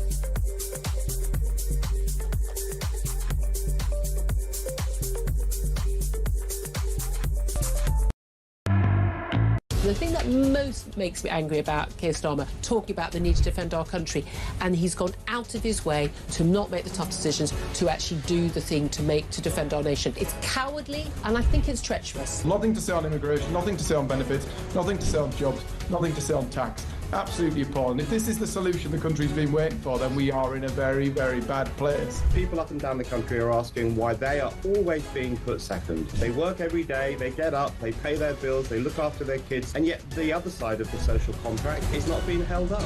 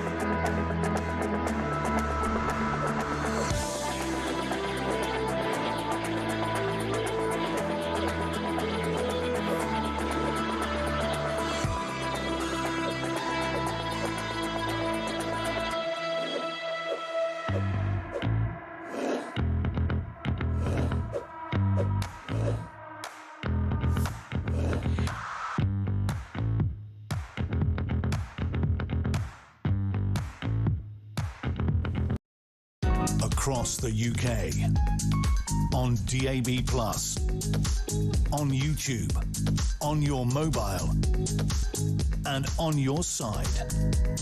This is Talk. This is Talk, 23 minutes after 2 o'clock. Mag says, we've had Makerfield, Starmer's resignation. Oh, yes. Andy Burnham parachuted into number 10 with no mandate. And now Clacton. Get the popcorn ready. It does feed into the question. We threw out the question, has British democracy become a bit of a joke? And I know there's, you know, we focus on these kind of stories. They're not normal or usual. But there's so much fluff and guff and nonsense going on right now. We will always return to the mighty bin face, that you can't help but sort of ask that, I think, genuine question. This will be Peter in Oxfordshire. Peter, hi. Hello, Ian. Hello. Good to speak. Yeah, I think a lot of the reform supporters who've been ringing in and saying they don't give a damn about Nigel getting £5 million and so on, I think he's really a bit beside the point. It's not what the reform supporters think, it's what the general public thinks. And I think part of the problem is that a lot of people think that people who get large sums of money ought to declare it if that's what the rules say. Yeah.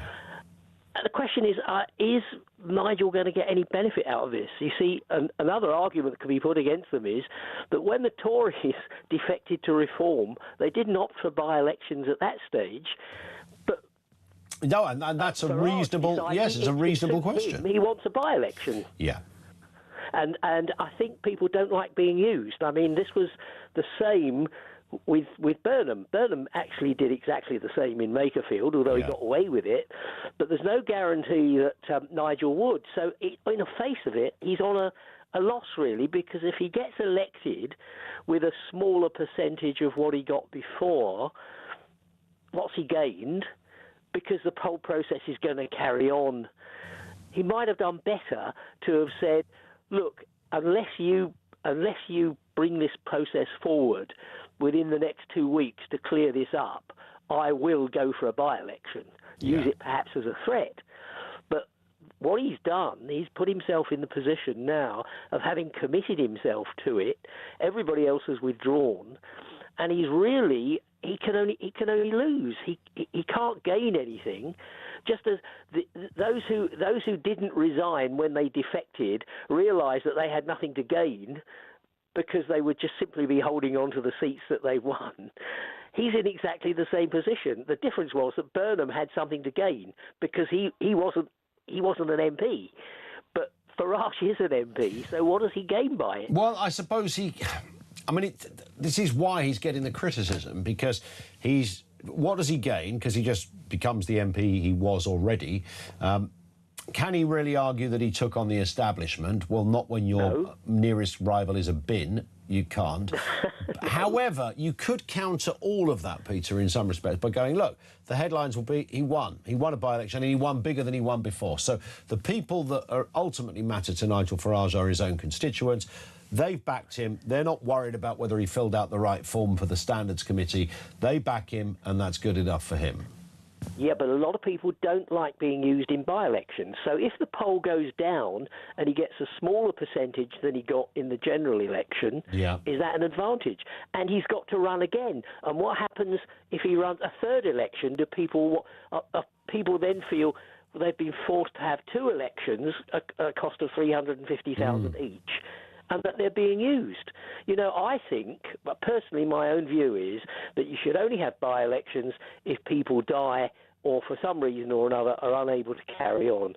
The idea of using a by-election in order to manipulate the electors, I think, doesn't run. It doesn't run. People don't like it. A significant number of people don't like it. Agreed. And even those who support you might feel very uncomfortable about it. Well, I was yes, a great point, Peter. Thank you very much indeed. I was really supremely uncomfortable by the Andy Burnham by-election, but that was for slightly different reasons. I just thought it was outrageous that you could almost create a more favourable CV by if he leaves, I can get the job, and I can only get the job because it's an easy Labour seat, and, you know, for some reason, Andy Burnham, who nobody had talked about for a decade and a half, suddenly pitches up as the man to solve all the country's ills because he has a northern accent. I mean, that's generally speaking, I would quite willingly and confidently describe the scenario to my kids like that. There's no hyperbole or lies in that. That's precisely what has happened. So that was laughable and outrageous that this happened. And this one, yeah, I mean, if you think of the David Davis by-election, the Conservative MP, former shadow minister, and former minister, of course, he was Brexit minister for a bit, wasn't he? It happened in 2008 with him, and this was, I think it was over civil liberties that he stood down. And nobody Labour didn't challenge him. He's a Tory, Labour didn't challenge, so he just walked straight back in. I think doing it on pet projects is arguably an undemocratic thing to do, and I think that would be fair. John says, I think we should bin the lot of them. Was there a pun in that? There might have been. Bin the lot of them, indeed. Is there a pun in this one? Rich says, just a thought. If Count Binface loses the by-election by a small margin, would there have to be a recount? There's a pun in that as well. This flipping thing writes itself. They're all over the place. This one comes in from Julie, very briefly, says, yes, absolutely, our politics have become ridiculous. Nigel Farage is the only gusty, confident, charismatic candidate we've had for years and years. I think that Labour and the Tories are shooting themselves in the foot. If I lived in Clacton, I'd feel as though the town means absolutely nothing to the other parties. They won't even turn up. I thought politics were about for the people. I bet the good people of Clacton feel the only politician who gives a toss about them is Nigel Farage. And that's it. Bang on, really. Thank you, Julie, for that. Bang on. And that's precisely what Nigel Farage is banking on, that he's the one that cares, he's the one that wins, and that's the headline. Nigel Farage wins big in Clacton. End of. Lines are open, 2:30. This is Talk.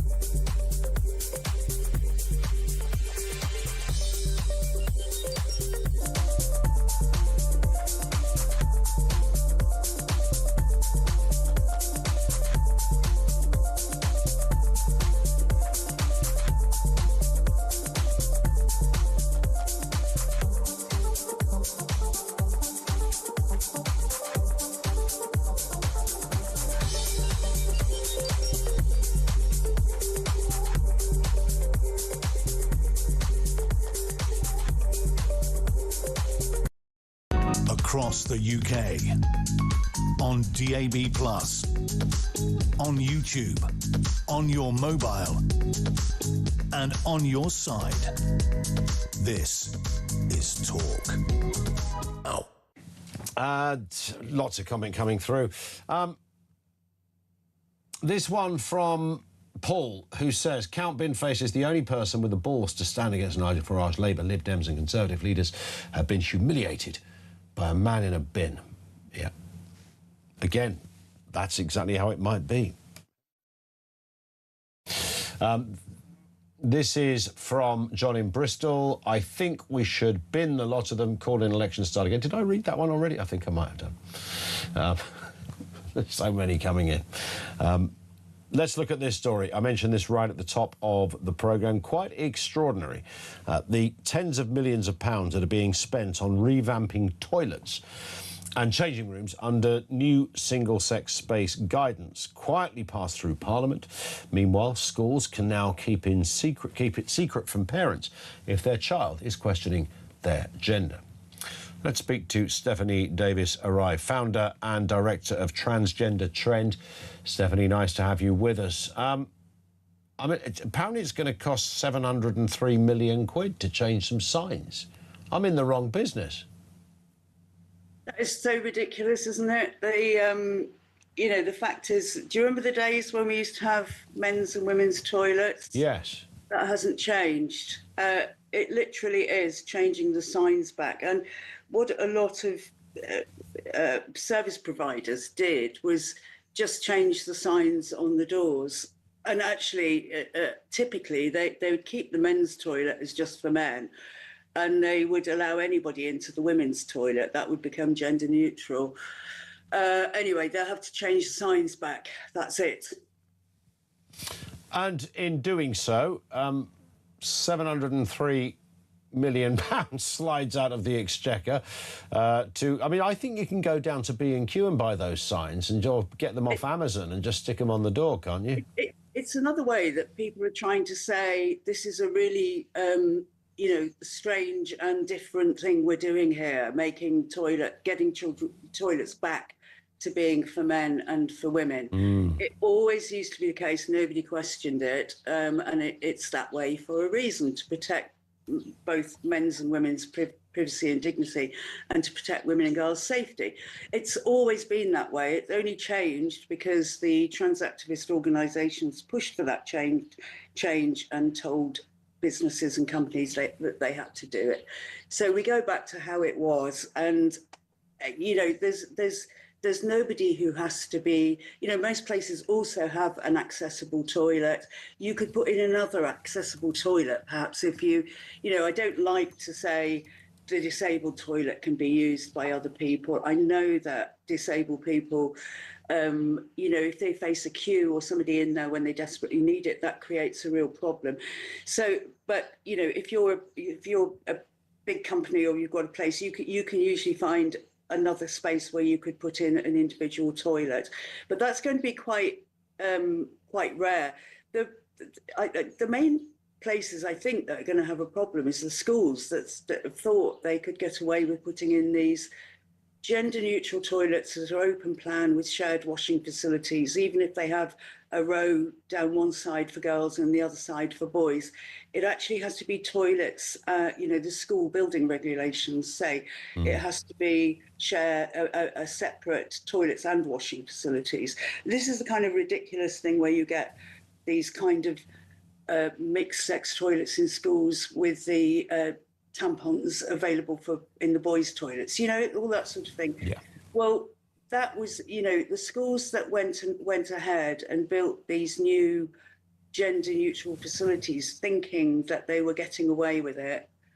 Well, they'll have to change back, and, you know, but in most places, you've already got male and female toilets, and you just need to change the signs back and make it clear. This is just another sort of fear-mongering thing that this new law will create huge problems and cost a lot of money. It won't. Let's look at this story, Stephanie, while you are with us. Under new safeguarding guidance published by the Department for Education, schools need not tell parents if a child is questioning their gender. Now, I don't even know where to start with this. You have to tell parents if you're going to give, as somebody said earlier, if you're going to give a kid sun cream or apply it to their face for them, you have to tell the parents you're going to do that. But if they tell you that they want to remove their genitals, apparently you don't have to tell them. Well, this is a bit, yeah, it's not quite like that. It says that parents must be involved if the child wants to socially transition. So the child wants to change their name and get everybody else to use different pronouns. They can't use toilets for the opposite sex now, or play sports on the opposite sex team, or use changing rooms of the opposite sex. So social transition is really restricted to using a different name. But also, you know, this is a social policy. It's not a policy for one child. It's a social policy that gets every other child in the school involved in that child's transition by using their preferred pronouns. So that is serious and has to be looked at as a social policy that affects every child in the school. But what the government is saying in this guidance is that if a child confides to a teacher that they think they're trans, then that doesn't have to be shared with parents. And I think that is a mistake. I think, but let's just say this guidance that Bridget Phillipson has put out is a huge improvement on what was there before. I want to give credit for that. It's moved us a long way towards actually safeguarding these children. What was there before? Can you remind us, Stephanie? Well, nothing was said before, actually. I mean, you know, it's been attempted over a period of about 10 years, trying to get proper gender questioning children guidance into schools. The EHRC tried and failed. The Department for Education of the last government failed. Now, the last government did put out guidance, and this government has watered that down. So it does allow social transition in schools, but it does say that should be extremely rare and schools should be cautious. All the messaging is right, but actually there are still loopholes where this could happen in schools, which I don't think it should in any case. But the case about parents being informed, the reality is parents do need to know if their child confides a trans identity, because we know that is indication that child might be struggling, having problems, the child might be bullied, the child might have been groomed, the child might be having a mental health crisis, having, you know, because it's a statement of self-rejection. The child is saying, and, you know, if it's a teenage girl, it's usually, I hate my body, I don't fit the ideal of what women should be, and so I think I'm a boy.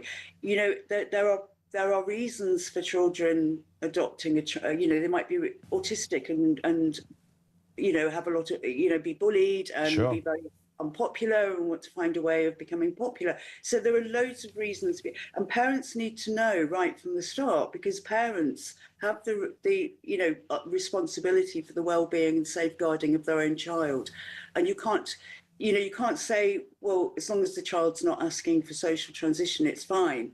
No, parents really do need to know it's serious. That child could be, you know, online communicating with older trans people, consolidating that identity, and then, you know, if the parents know, they can have a chat with the child and talk about it with them.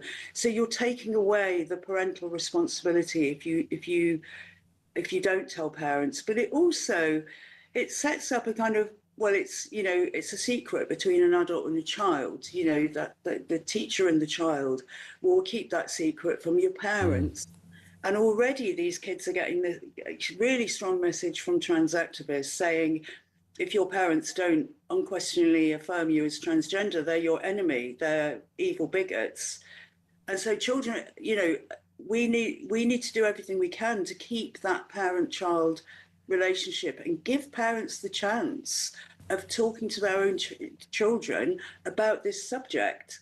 You know, we can't take that away from parents. So I think that's wrong to say it's not a problem as long as the child's not asking for social transition. I hear you, Stephanie. Thank you very much, as ever, for your time. Stephanie Davis-Arrive, founder and director of Transgender Trend. Thank you to her. I think you'd be flipping livid if you thought that the school were aware of your child showing a cursory or otherwise interest or desire or need or just raising the question about their gender. You know, miss, I think I'm a boy, I think I'm a girl, when you're not, you know, that kind of stuff. The idea that that conversation would not be imparted instantly to teachers is a little bit disturbing. 0344 499 1000. Kaz in Bedford says, if Nigel had initially declared the £5 million gift at the outset, the issue would have constantly dominated the narrative thereafter, and he wouldn't have been able to run his campaign and build the party. He probably knew this would eventually come to the fore, but gauged that he had to hide it to give reform momentum. He was damned if he did, damned if he didn't. Although he's not claiming to have hidden it, he's claiming it's a personal gift, and that's what makes the difference. UK John says, where is the scrutiny when Christopher Harborne funded the Conservative Party, gave them £1.5 million or something, £1 million to Boris Johnson's private office. Since then, he switched his big money to the Brexit Party and then Reform, where he has donated tens of millions, including a record 9 million single donation. Classic case of money following the direction of travel on the right. This is true. The scrutiny was via the Standards Committee. And, of course, the difference is that the money was given to a party or organisation or office as distinct to a personal gift. So Johnny's quite right, and any big donation is often worth a look. But if it's declared, then you sort of circumnavigate quite a lot of the... I mean, you might still get people like Angela Rayner going, oh, the Tories scum, you're funded by this person or that person. You'll get a bit of that. But you've done nothing wrong. You've declared it. And I don't think Nigel Farage has done anything wrong other than the lack of declaration. But that was the reason why there was no great scrutiny. I'm sure the Guardian were onto it for half an hour, coupled with the fact that these were political parties or an office rather than a personal, this is the real distinction, a personal donation.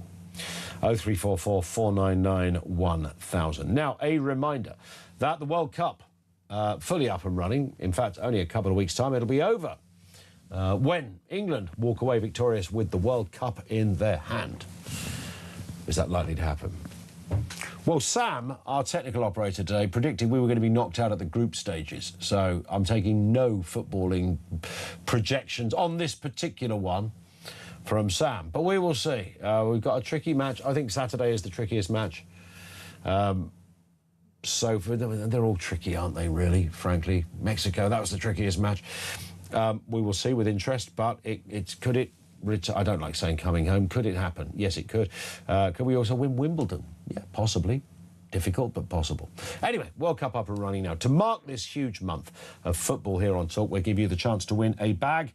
To bag £26,000. It might be a bag of £26,000. I don't know how they impart this. It's tax-free either way. Pause for a moment and imagine 26,000 quid dropping straight into your bank account. Would you clear a chunk of the mortgage, get a proper holiday booked in, or maybe just give yourself a bit of a breather? Here's how you can enter if your account could do with a bit of a boost this summer. For your chance to win, visit talk.tv/win or text TALK to 8338 by 6 p.m. on the 20th of July 2026. Texts cost £2.50 plus your standard network rate. Or send your name and number by post to Comp 1 PO Box 3190, Colchester CO2 8GP. To arrive by midnight on the 23rd of July 2026. 18 plus, UK residents only. So for your chance to win, text TALK to 8338 now. This is a network promotion, full T's and C's at talk.tv/win.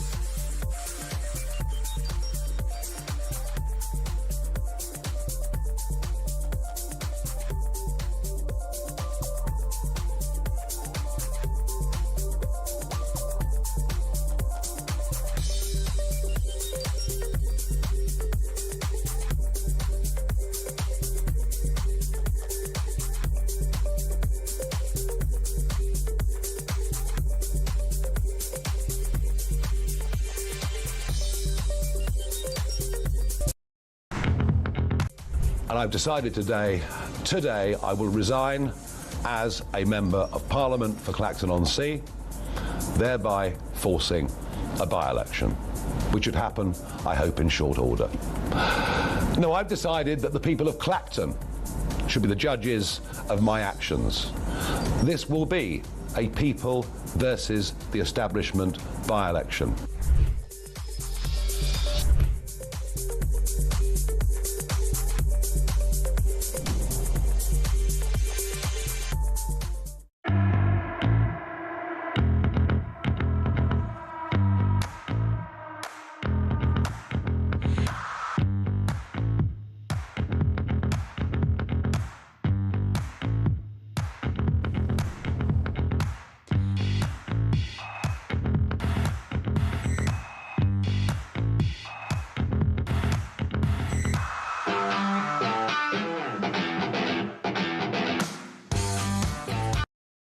Across the UK, on DAB+, on YouTube, on your mobile, and on your side. This is Talk. It is Talk. This one in from Fafa, who says, there is one saving grace. You will only have to read out 3 names and not a long list when the by-election is in full flow. Well, indeed, we were thinking about this before. That is technically true. At one point, we thought we'd only have to read out 2 names, but we know Lawrence Fox is on there. There's arguably going to be... there's talk of another fella from a moving forward... the Forward Party or something. There's him. There might be some independents. There could be the Monster Raving Loony Party, of course, who are obviously... You might think, well, surely...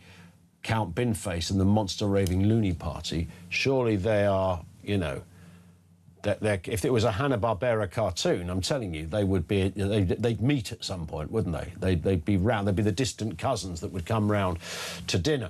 But apparently not. They're completely independent thinkers. Don't ever confuse any policy that you hear from the Binface with something that might have come from the Monster Raving Loony Party. They're very different ideas on how life should run. Right, before we go any further, let's do the Voice of Doom. I think it's day 3. Bit of a stinker, this one. Day 3 of the Voice of Doom. It's a mystery voice, but it's political. Very simply, who is this? What we want to do. And we'll hear that again. What we want to do. Again, we always say it, it's tricky. It's meant to be tricky. Have another listen. What we want to do. Who's that then? 87222. 87222. Should we get a winner, somebody who identifies it correct, that's the only way to get in touch, 87222. If we do, we'll tell you in the next hour who it is. If not, it rolls over to Monday. It'll be Monday, because I'm not here tomorrow. I'm on the breakfast show tomorrow, but I'm not here. So Voice of Doom will return on Monday. Here it is one more time. What we want to do. The more you hear it, it's quite a funny little clip, actually. I quite like it. I feel it's got a use somewhere else, and I don't quite yet know where. What we want to do. Yeah. You could write some lines into it, and it would make brilliant sense every time you thought, I'm confused about what we want to do. That's the words I was looking for, yeah. Thank you. 87222. Do you know we're all grown adults here? You'd never believe it, would you? Let's talk to Darren in Surrey. Darren, what have you got for us? Afternoon to you. Afternoon, Ian. Oh, yeah. I hope you're well. Yeah, not bad. Yeah, I've been in and out of the car listening to your show, obviously I'm working at the moment, but I've been having a think. I reckon that there's a way that Nigel and Reform can get back hold of the narrative here. So it was interesting, you heard Starmer, you heard Kevin Badenoch come out with their opinions and what they were saying about Nigel calling the resigning and therefore invoking a by-election. And then a lot of callers have picked up on what Kemi said, especially if she goes, I'll wait for the third one, or wait for the second the real by-election, which obviously what people are saying, I agree, insinuates that she thinks he's going to be found guilty. You've got Starmer coming out with these covered in sleeves. I mean, when's a bloke going to learn, really? You know, those in glass houses and all that. It's a bit weird, isn't it? Yeah. Yeah, but so this is my theory, right? So the other parties aren't going to put anyone in. The investigation's gone on pause. So what they do now, Reform, is they say, okay, we're not going to call them. We're going to roll back from that by-election. We're going to wait for the parliamentary investigation and go from there. And the reason being is because, or the reason I wanted to do this is, as I said, you reiterate about the constituent and the voters and how you feel that your supporters will understand and still support you, and then you just can come out and say that the reason, because of what they've done and because of their shenanigans, we're going to have to wait and for that. Just get hold of the narrative and keep it a lot more succinct and clear than I've just said it. I'm not a spad or anything. You get my drift. So I'm sure he's got cleverer people than me who can probably clean that up a little bit. But you get where I'm coming from with this. No, I do. I think they can get some credence out there. I still think, whatever the rights and wrongs, whatever the fact that there's no real precedent for this kind of thing, not really, it's unconventional. Some would say not Nigel's best idea. I still think, Darren, that the fact that it will result in the headline Nigel Farage has just won a by-election is all they kind of need. Right. Okay. But the thing is, while this is all going on, we've been facing, and the narrative that's being pushed at the moment is trying to push Reform into laughing stock. So basically, Christmas has come for both Kemi and Keir Starmer. And just another added point.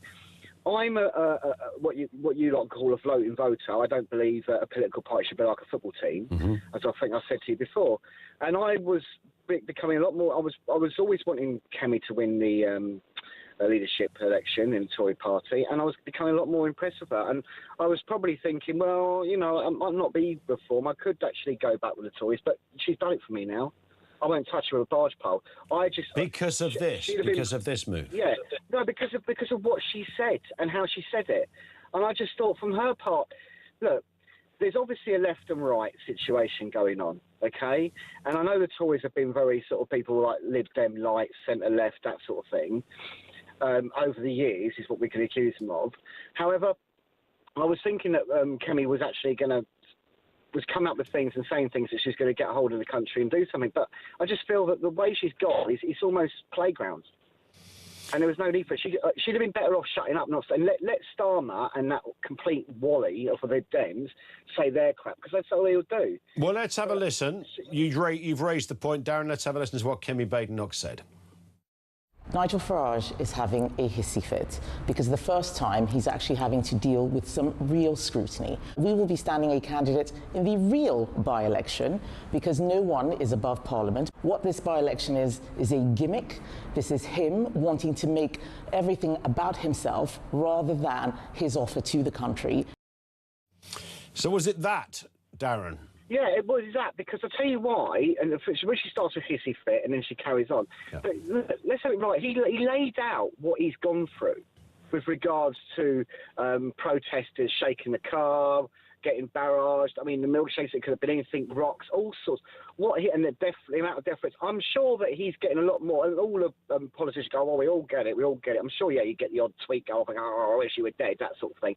But not to the extent that he's getting. And I bet you Kemi Badenoch gets nowhere near what he's getting. Yeah. So when she uses the term hissy fit, and when obviously, and I think maybe the Sky News thing from Nigel was a bit of an overreaction, but sometimes, Ian, in life, there's always that straw that's going to break the camel's back. Yeah, absolutely. You've had a terrible day, you've been caught off guard, you're miffed about 1,000 things, and something just collides at that moment. I think that's probably what happened. Don't blame him, it happens to all of us.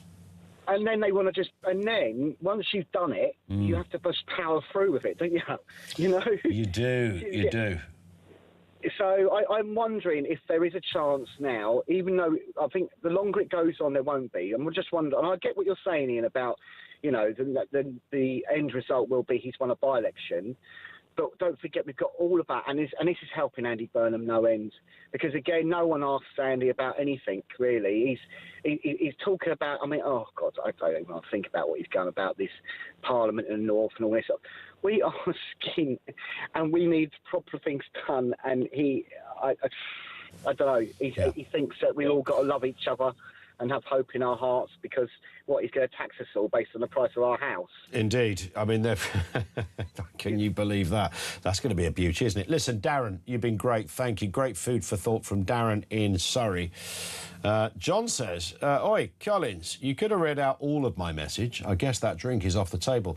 I didn't really see all of it, John, but I have just looked at all of it. It was quite a lengthy one. I think that's probably why I didn't clock anything beyond the main headlines. And still haven't had a chance to look at, but I did clock the salient headlines about Christopher Harborne donating to other places. He has, but I think overarchingly, John is making the point that if somebody has got that much money, the percentage you've given is really not that much. That is true, but the amount you've received is huge. And if it's a personal gift and it's not declared, there's something to be said. You know, there is a story there to look at. I don't think Nigel Farage is going to be, that they will say you should have declared it. And that's it. I mean, you're not going to jail for this. It's... you know, in Nigel's mind, he thought he didn't have to declare it, and potentially we'll find out in the Standard's mind he did, but that's it. Grant's in Portsmouth. What have you got for us, Grant? We've not got long, but I'm sure you can do it. And you're a Tory, is that right? Yes, hi Ian. Hi. Thanks for taking my call. Pleasure. I just wanted to say I'm really disappointed that Kemi Badenoch didn't take Nigel Farage on. Mm-hmm. It's always been a strong Conservative seat. And, you know, she said the other week, you know, we should always have people standing in elections about Makerfield when people asked her to stand down. And now she's backed out. And also, people often say to me, oh, you're the Uni Party. I mean, it just looks like the Uni Party now. We've got, you know, she's in bed, really, with Polanski, Davey. It does, yes, you're absolutely right, because we need to look at these stories from, you know, in the round and from different angles and the like, and it absolutely does look like that they've got together and they've gone against Nigel, which does sort of prop up his belief or his assertion that there's a sort of an establishment. Yes, it does. I mean, I think the country would have appreciated it, even if she'd lost in Clacton, if she'd actually just stood up and fought instead of just ducking out like the others did. I hear you. Grant, it's a great point. Thank you for that. Really appreciate it. Grant in Portsmouth. Voice of Doom. Will we have a winner to this voice? What we want to do. I very much doubt it. Find out after the news at 3.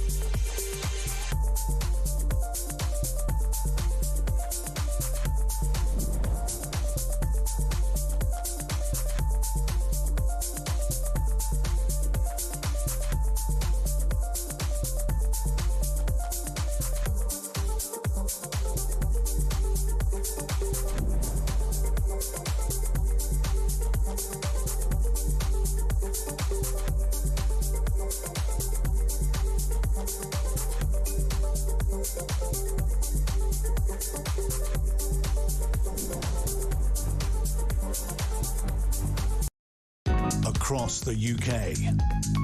On DAB+, on YouTube, on your mobile, and on your side. This is Talk.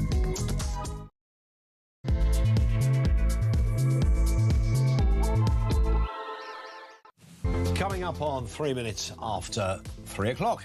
Good afternoon. Welcome to the Home of Common Sense. We'll continue to major on the Clacton by-election for a slightly different reason. There's all sorts of quirks and facets to this story. I do wonder whether British democracy has become a bit of a joke. We are now talking about the leader of a political party potentially penciled in to be the next government, battling it out on the beaches of Clacton against a man with a bin on his head.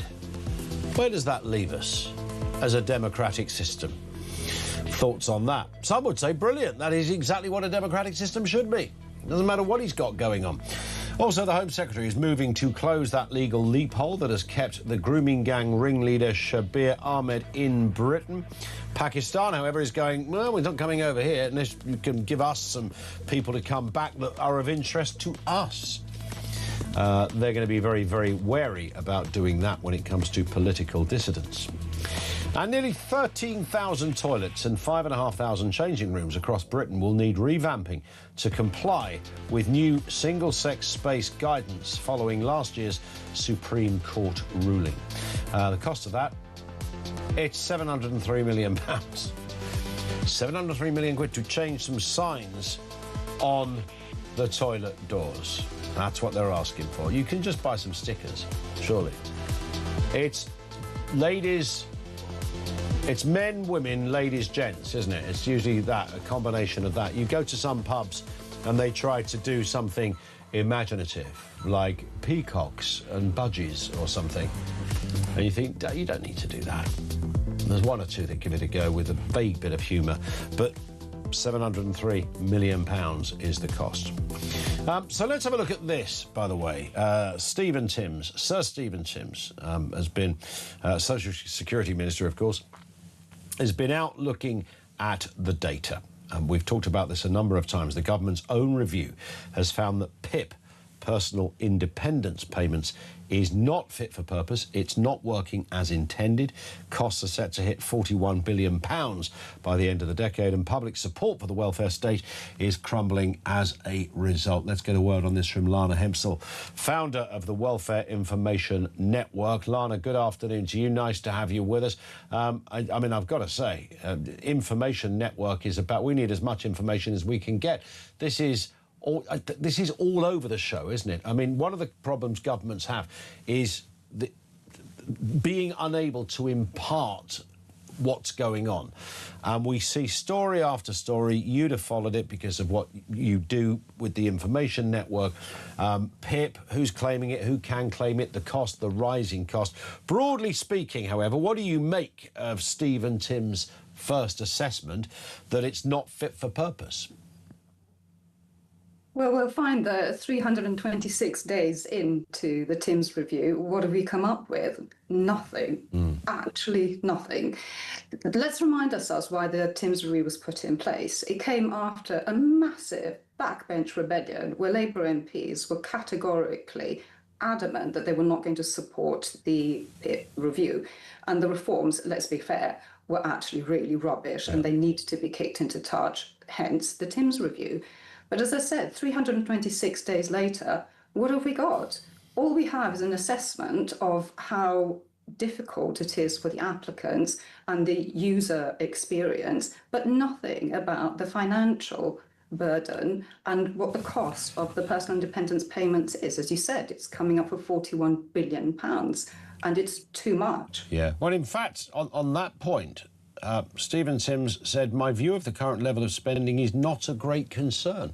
I mean, at what point does 41 billion quid not come as a great concern, no matter where you sit politically? Well, it comes as a great concern when we find that we're not investing enough in defence. That's when it becomes a huge concern. It becomes a huge concern when we find that we bring in less in income tax than we spend on welfare. That's when it becomes a huge concern.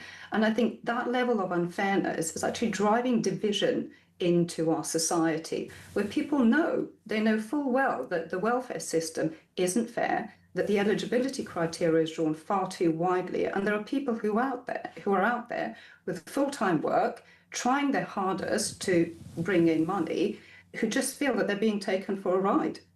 I think, I've always said this, Lana, I think most people in this country are perfectly relaxed and, in fact, actively positive about giving money into a system, paying our taxes to help people who've got a problem, an issue, whether it's an ongoing issue of disability or whether it's a moment in your life. Everybody, have an accident at work, you break your leg or something, you can't work for 6 months, that kind of thing. We all understand that. A civilised society should understand that, and we applaud it. But there is a very real sense, and I don't think this is a hard right point or any kind of political point, that we certainly know the numbers are unsustainable. There's no, mathematically, you can't make this work going forward, so there's that. But there has also been a widening of those that are perhaps allowed to even apply for things like personal independent payments. Is that fair? There is an issue, yes. The eligibility criteria have been widened quite significantly. But when you add on top of that the fact that the number of face-to-face assessments has dropped massively, and it's now only at 6% of all applications, and the government have committed to raise that to 30%, 33%, that still leaves a significant number of applications that are assessed on the phone. And if you think that when you have a face-to-face assessment, the assessors can actually gauge what is wrong with you, and about a quarter of those applications are successful as opposed to quite a lot more when the assessment's done on the phone. You can see that the system is hemorrhaging money unnecessarily, and as I said, driving that division because it feels unfair. And it feels unfair not just to those people who are working to pay into the system, but it feels really fundamentally unfair to those people who have serious physical learning difficulties, who are living in Kafkaesque conditions because we've spread the net too wide and we can't support them properly. Yeah, that's absolutely bang on.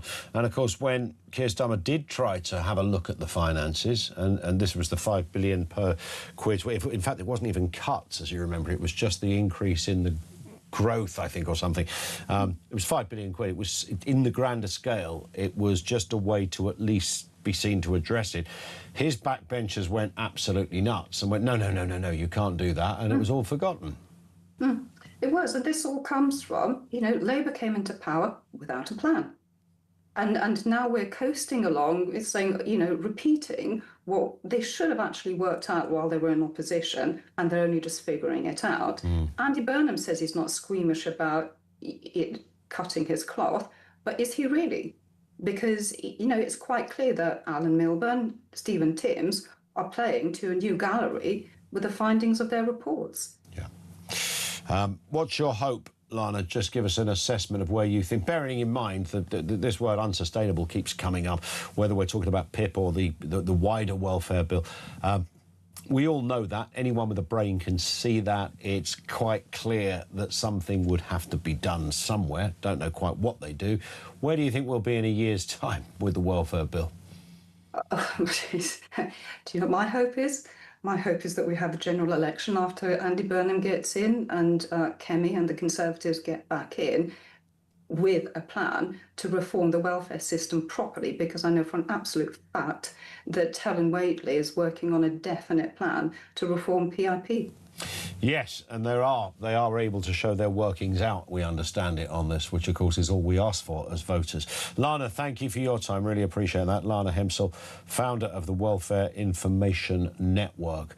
It's the second time in 2 days somebody has referenced the Conservatives and their plan. I'm trying to think who it was yesterday that said, who was the guest we had on yesterday that said the Tories had identified 47 billion quid's worth of cuts in the welfare department. I think that's just been echoed by Lana. These are the kind of headlines the Tories will want to see. Not everybody, however, is a supporter of Kemi. Nikki in Bristol says Kemi dropped the mask in her speech when she said we'll stand in the real by-election. This is reference Clacton. So the Tories, Labour, Lib Dems and Greens all nobly step aside for Farage's fake one. Nothing says democracy like a coordinated stitch-up against the guy who triggers them. Starmer pipes up, Nigel's up to his neck in sleaze. Pot, meat, kettle. Starmer's greatest hits, Beergate, lockdown bash. Dodgy donor freebies, Mandelson, Epstein, ambassador drama, multiple ministerial sleaze exits, more U-turn than a London cabbie on a fair.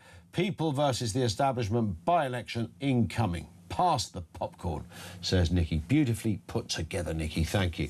Pat, down in London. What have you got, Pat? Good afternoon. Oh, yeah, good afternoon, Ian. Look, as I said to your lady on the phone, I'm not interested in whether Nigel Farage has been gifted a 5, 10, 20 million pot of money. That's not... for me, that's not the issue. The issue here is that Nigel Farage has been MP for Clacton for roughly 2 years, and I'd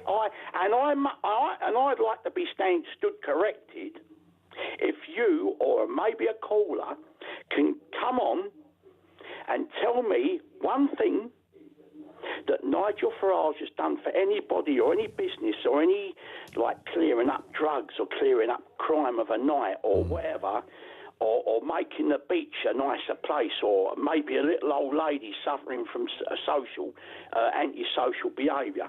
Anything, any little thing that Nigel Farage has done in his time, anything constructive that he's done in his time, apart from a few photo opportunities, and he's not even really a regular in Parliament. He don't really attend Parliament a lot. And if he wants to become Prime Minister and runs his country to his liking, he's got to have to be seen to be, in my opinion, he's got to have to be seen to be doing good work in Clacton before he can do good work. Well, it's quite hard, isn't it? Just as I mean, he might be the leader of Reform and one of the most famous political faces in the country, but ultimately, politically, he's just a constituency MP. He doesn't hold any current power. How do you prove your worth, if that's what you're asking for, Pat? Well, apparently, he's not meant. He don't really when he's in the Commons chamber, he don't really mention Clacton a lot, and he says, you know, like how they say, Mr. So-and-so has wrote in or emailed me, and he said that so-and-so, and I'm looking into it, and, you know, so-and-so, you know, like a lot of them do at BMQs. Yeah. But you never see him do anything like that if he's there. So my gripe against Nigel Farage is that if you know, act like you're an MP for Clacton, not just an MP for Clacton. Act like an MP for Clacton, not just MP for Clacton. You know, like, you know how I'm saying? It's like MP for Clacton means one thing, and an MP for Clacton, you know, somebody that, you know, there are some very good constituency MPs in the House of Commons, I should imagine. But if he wants the country, if he wants to gain being number 10, let him step up a little bit more for Clacton instead of being in the United States a lot. Well, I mean, there might be people in Clacton going, he's here 3 times a week, mate. What are you talking about, Pat? He's never out of the place. Well, mate, well, you know, then if that's a reality, I'll stand corrected. Or if anybody from Clacton with how can I say, a non-biased view, a proper view, not somebody who's blindly devoted to Nigel Farage like they'd be devoted to their wife or their husband, but somebody from Clacton who comes in and say, well, he could do a lot better for us, then, you know, that's my point. But if somebody from Clacton says, oh, he's done brilliant for me, this, that, and the other, then I'll stand corrected. Well, we've heard from Clacton callers who are still voting for Nigel Farage. But are you trying to hold Nigel to a greater account than any other MP? I mean, who's your MP, Pat? no idea. But I live in Tower Hamlets. Well, who knows? Okay. I probably, no disrespect, and I'm not trying to be right. I probably couldn't pronounce their name because they're probably not. You know, they're probably Bangladeshi Muslims. I think it probably is a Bangladeshi representative because it's a very heavy bank. I used to live in Tower Hamlets as well, so I know the terrain quite well. Can't think off the top of my head. But the reason I was asking that point is, would you ask the same of your own MP that you're asking for someone who's not even your MP? I don't know him or her or where they live or where their surgery is or what.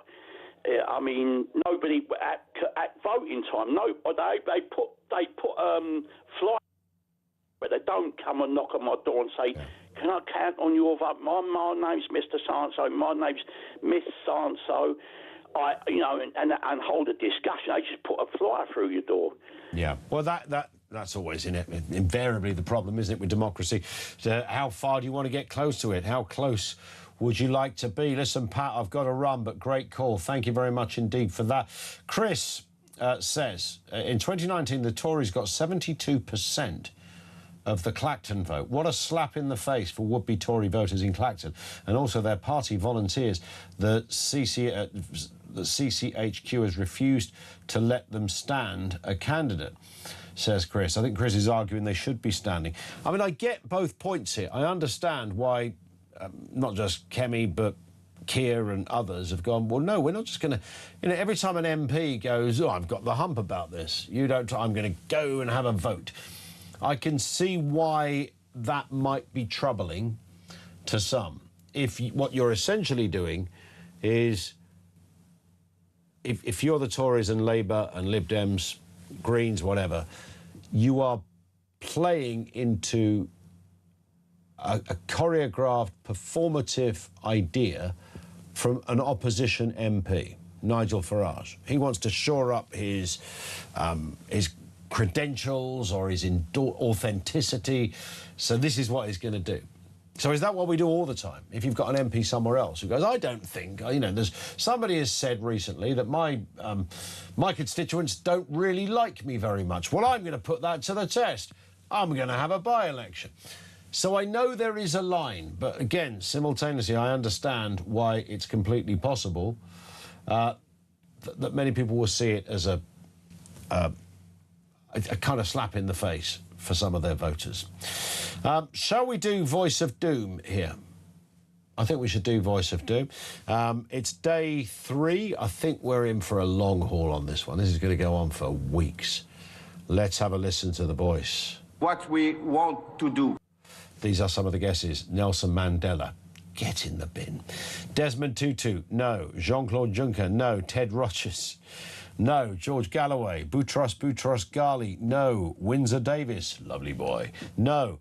Chris Williams, no. But, and I can scarcely believe this, we have actually got a winner. Let's hear the voice again. What we want to do. The answer is Francois Hollande. He is the former president of France. John in Long Lawford, first person through with the right answer.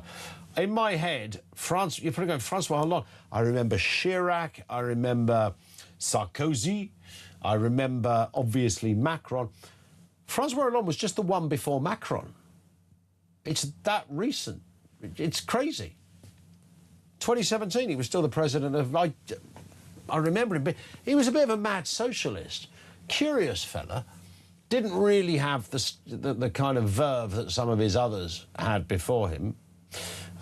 Francois Hollande was the voice of doom. It's gone on. We thought it was going to go on for weeks. It's a correct answer. And, of course, we have a brand new voice on Monday right here at Talk. And back to your calls coming next.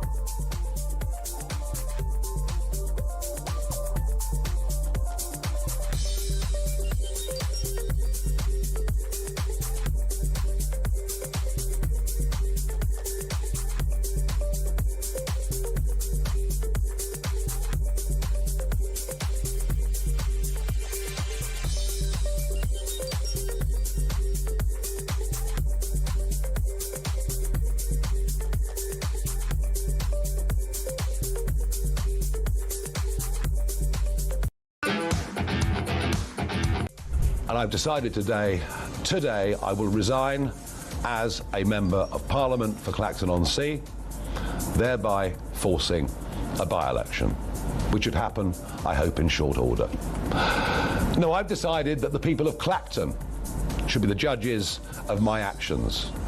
This will be a people versus the establishment by-election.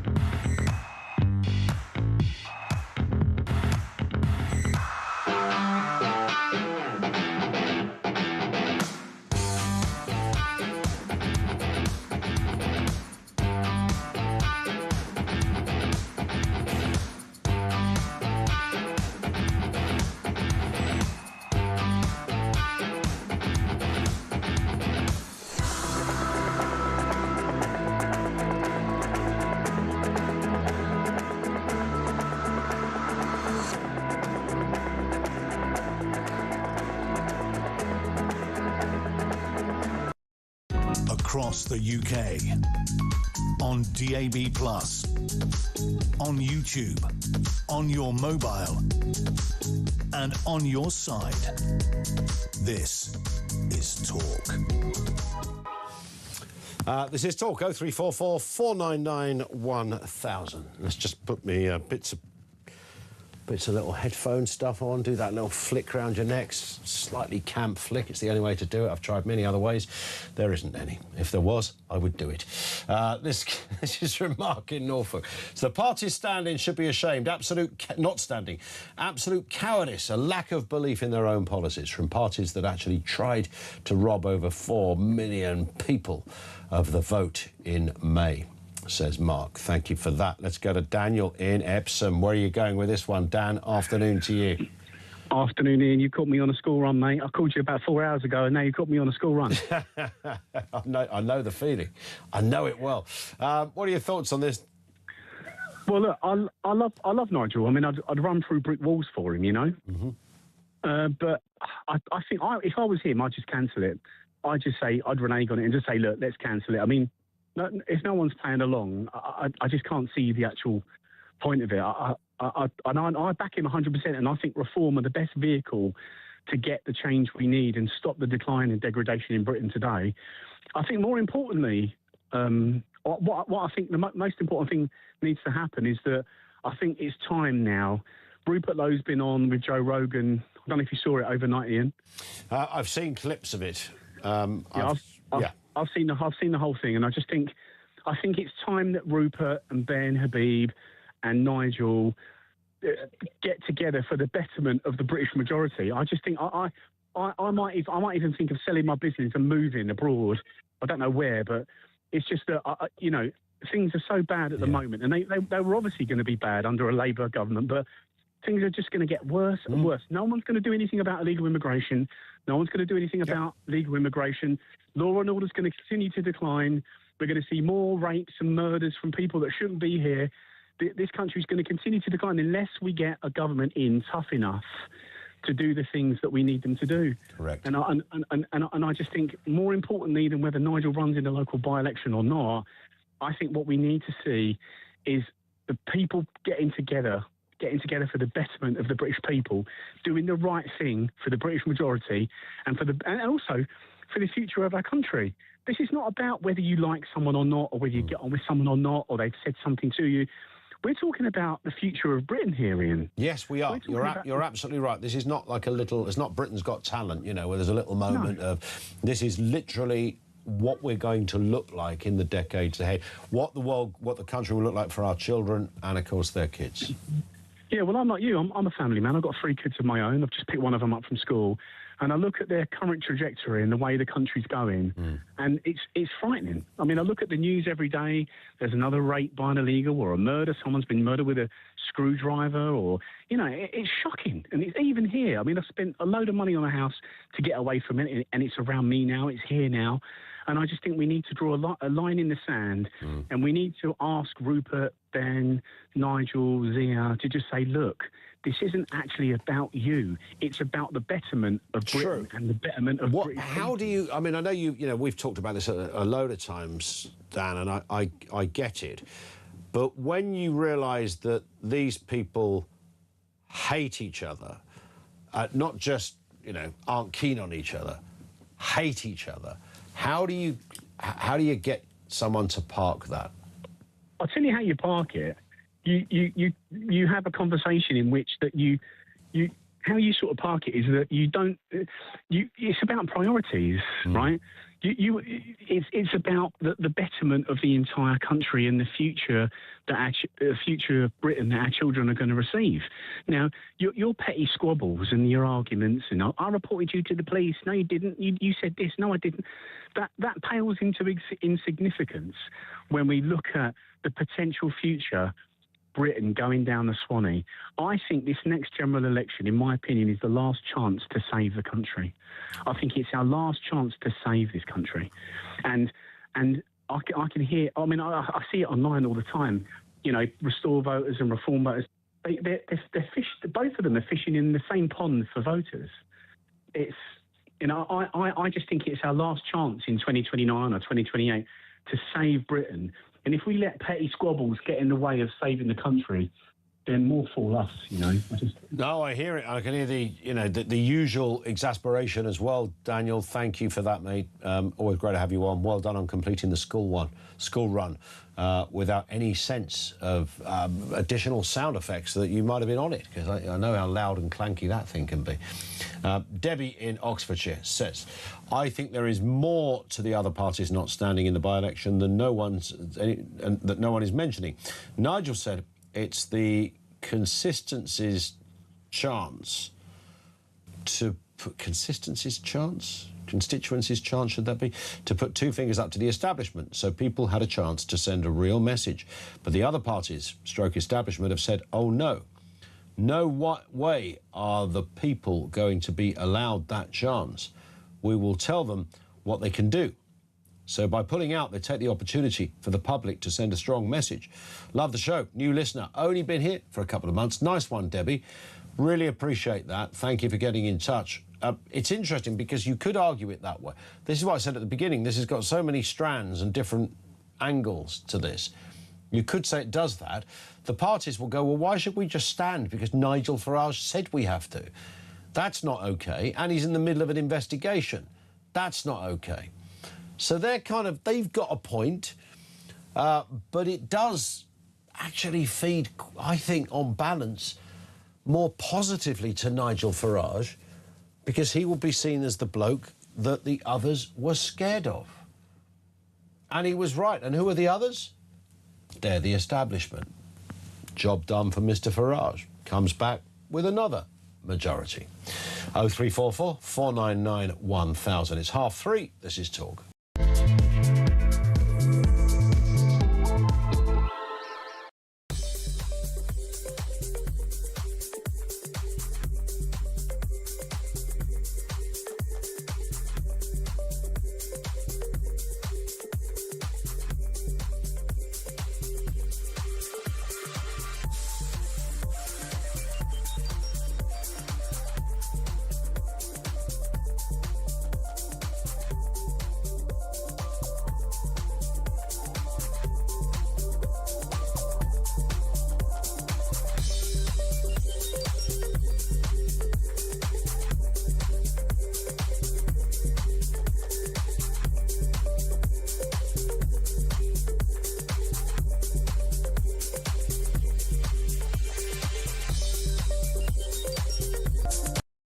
Across the UK, on DAB+, on YouTube, on your mobile, and on your side. This is Talk. This is Talk just gone 3:30. It is that time of the week where Sean Keats joins us, Head of Science and Technology over there at The Sun, looking at all those big techie, sciencey kind of headlines. Sean, good afternoon to you. Hello, how's it going? It's all good. I was hoping you'd be joining us with some of those Meta glasses on. I'm seeing Meta glasses pitch up on all sorts of kind of socials with kind of mixed results. Some people going, oh, they're a bit creepy, aren't they? Because you're just like filming me, and I don't know that I'm being filmed. Although I think there is a light there, isn't there, to alert people that you're filming them. But they are becoming more of a thing. But much like meeting lottery winners, I've never met anybody with a pair of them. I have met absolutely loads of people with them. Well, you're in that world, aren't you? You're in the geek club. Yeah, nerds and losers. I'm deep in that world. And certainly when I go out to Silicon Valley, they're everywhere. I mean, I've seen people wearing the big Apple Vision Pro headsets out in public as well. So, I mean, loads of that stuff. I actually do have some of the new Meta glasses on the way, but because I normally wear glasses, I have to get prescription lenses fitted. So I'm sort of waiting for them to arrive. But I have worn them before. I mean, they're kind of fun. I don't know if I would want to wear them constantly, because you're right. I sometimes think it gives people this kind of privacy fear that maybe you might be filming them, because obviously they do have cameras built in.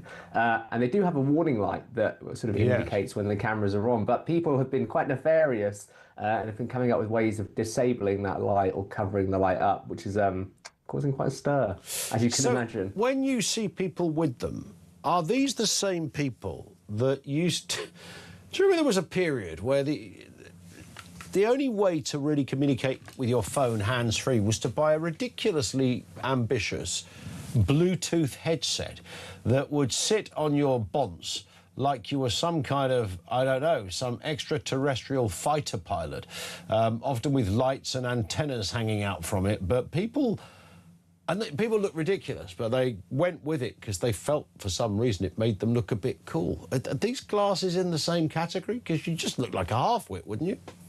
I think maybe they're slightly cooler than that. And it is funny, sometimes you still do see, especially at service stations, you still see people wearing those Bluetooth headsets. I don't know why, but they still seem to be a thing. I think they are slightly cooler. I mean, Meta recently did a tie-up with Kylie Jenner. I mean, whether you think Kylie Jenner is cool or not, I expect lots of people do think Kylie Jenner is cool. So she has her own sort of custom glasses that you can buy. So there is a little bit of that. I think the main thing is we've seen lots of people doing these videos where they sort of like go up to women and hit on them in public. The women don't realise that they're being hit on, and they're actually secretly being filmed for social media videos. And so Meta's actually done a lot of work behind the scenes to basically disable the camera if you tamper with that sort of privacy light in any way. So if you try to like cover it up with tape, some people have been sort of literally drilling into the light to tamper with it. They've basically found ways of detecting any tampering, so it'll shut off the camera completely. Oh, I see. So which is useful. Right. When I first saw this story, I read it completely wrong. I thought they were shutting off shutting off the light. That Meta was shutting off the light, so you could film away without anybody knowing. It's the opposite. No, although there is a sort of second part to this story, which is actually currently rumoured. This comes from the FT, where Meta is apparently working on a new pair of glasses that is constantly filming. They're sort of called these super sensing glasses. And I mean, when I've spoken to Meta in the past, when I've gone out to the sort of HQ and stuff, they really have this idea that you can just constantly query your entire life based on what your glasses are seeing. So I remember chatting to the guy who's his name's Boz, and he was in charge of Meta glasses, and he was talking about how wouldn't it be great if I'd had a meeting earlier, I could ask questions about that meeting to see if someone had told me something incorrect, or remind me of something earlier. And so maybe these future glasses would constantly be recording this. Now, a lot of people will be thinking, God, that sounds like a privacy nightmare. My understanding from the rumor is that actually Meta wouldn't be receiving the pictures and videos, they'd just be sort of receiving metadata about it. So, what was sort of pictured in the scene, there was a tree, and here's some of the sort of transcript of what was talked about,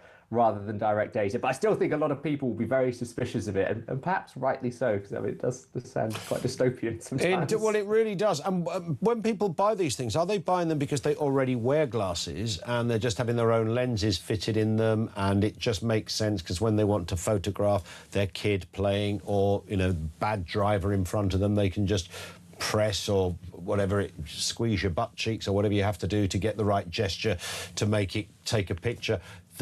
Is it that, or are people just buying them to wear them all the time because of photos? I think some of it is glasses wearers. But I mean, they've actually got quite a good ad running at the moment. I don't know if you've seen it on social media, where it's a crowd of people at a gig and they're all holding their phones up filming it. And then there's one person in the middle with the Meta glasses who's just looking at the stage. And I actually think that's probably quite a good use case for it, because it is constant annoyance, isn't it, when you're at a gig and everyone's just watching it through their phones and it's like, why are you even here? So I think there's that sort of thing. You know, you're playing with your kid, you want to have both hands free. I think that's quite a nice use for it. And ultimately, there is a special version of these glasses in the US. It's not out in the UK yet. They have a display built in as well, so it can give you like directions when you're walking around, and you can I don't know, you can watch Instagram reels while you're on the tube or something. But that's not out here yet. It is out in America. But people will buy into that kind of stuff, and I find it extraordinary. I've never bought in to the things I would remove from a phone. Okay, number one, photos.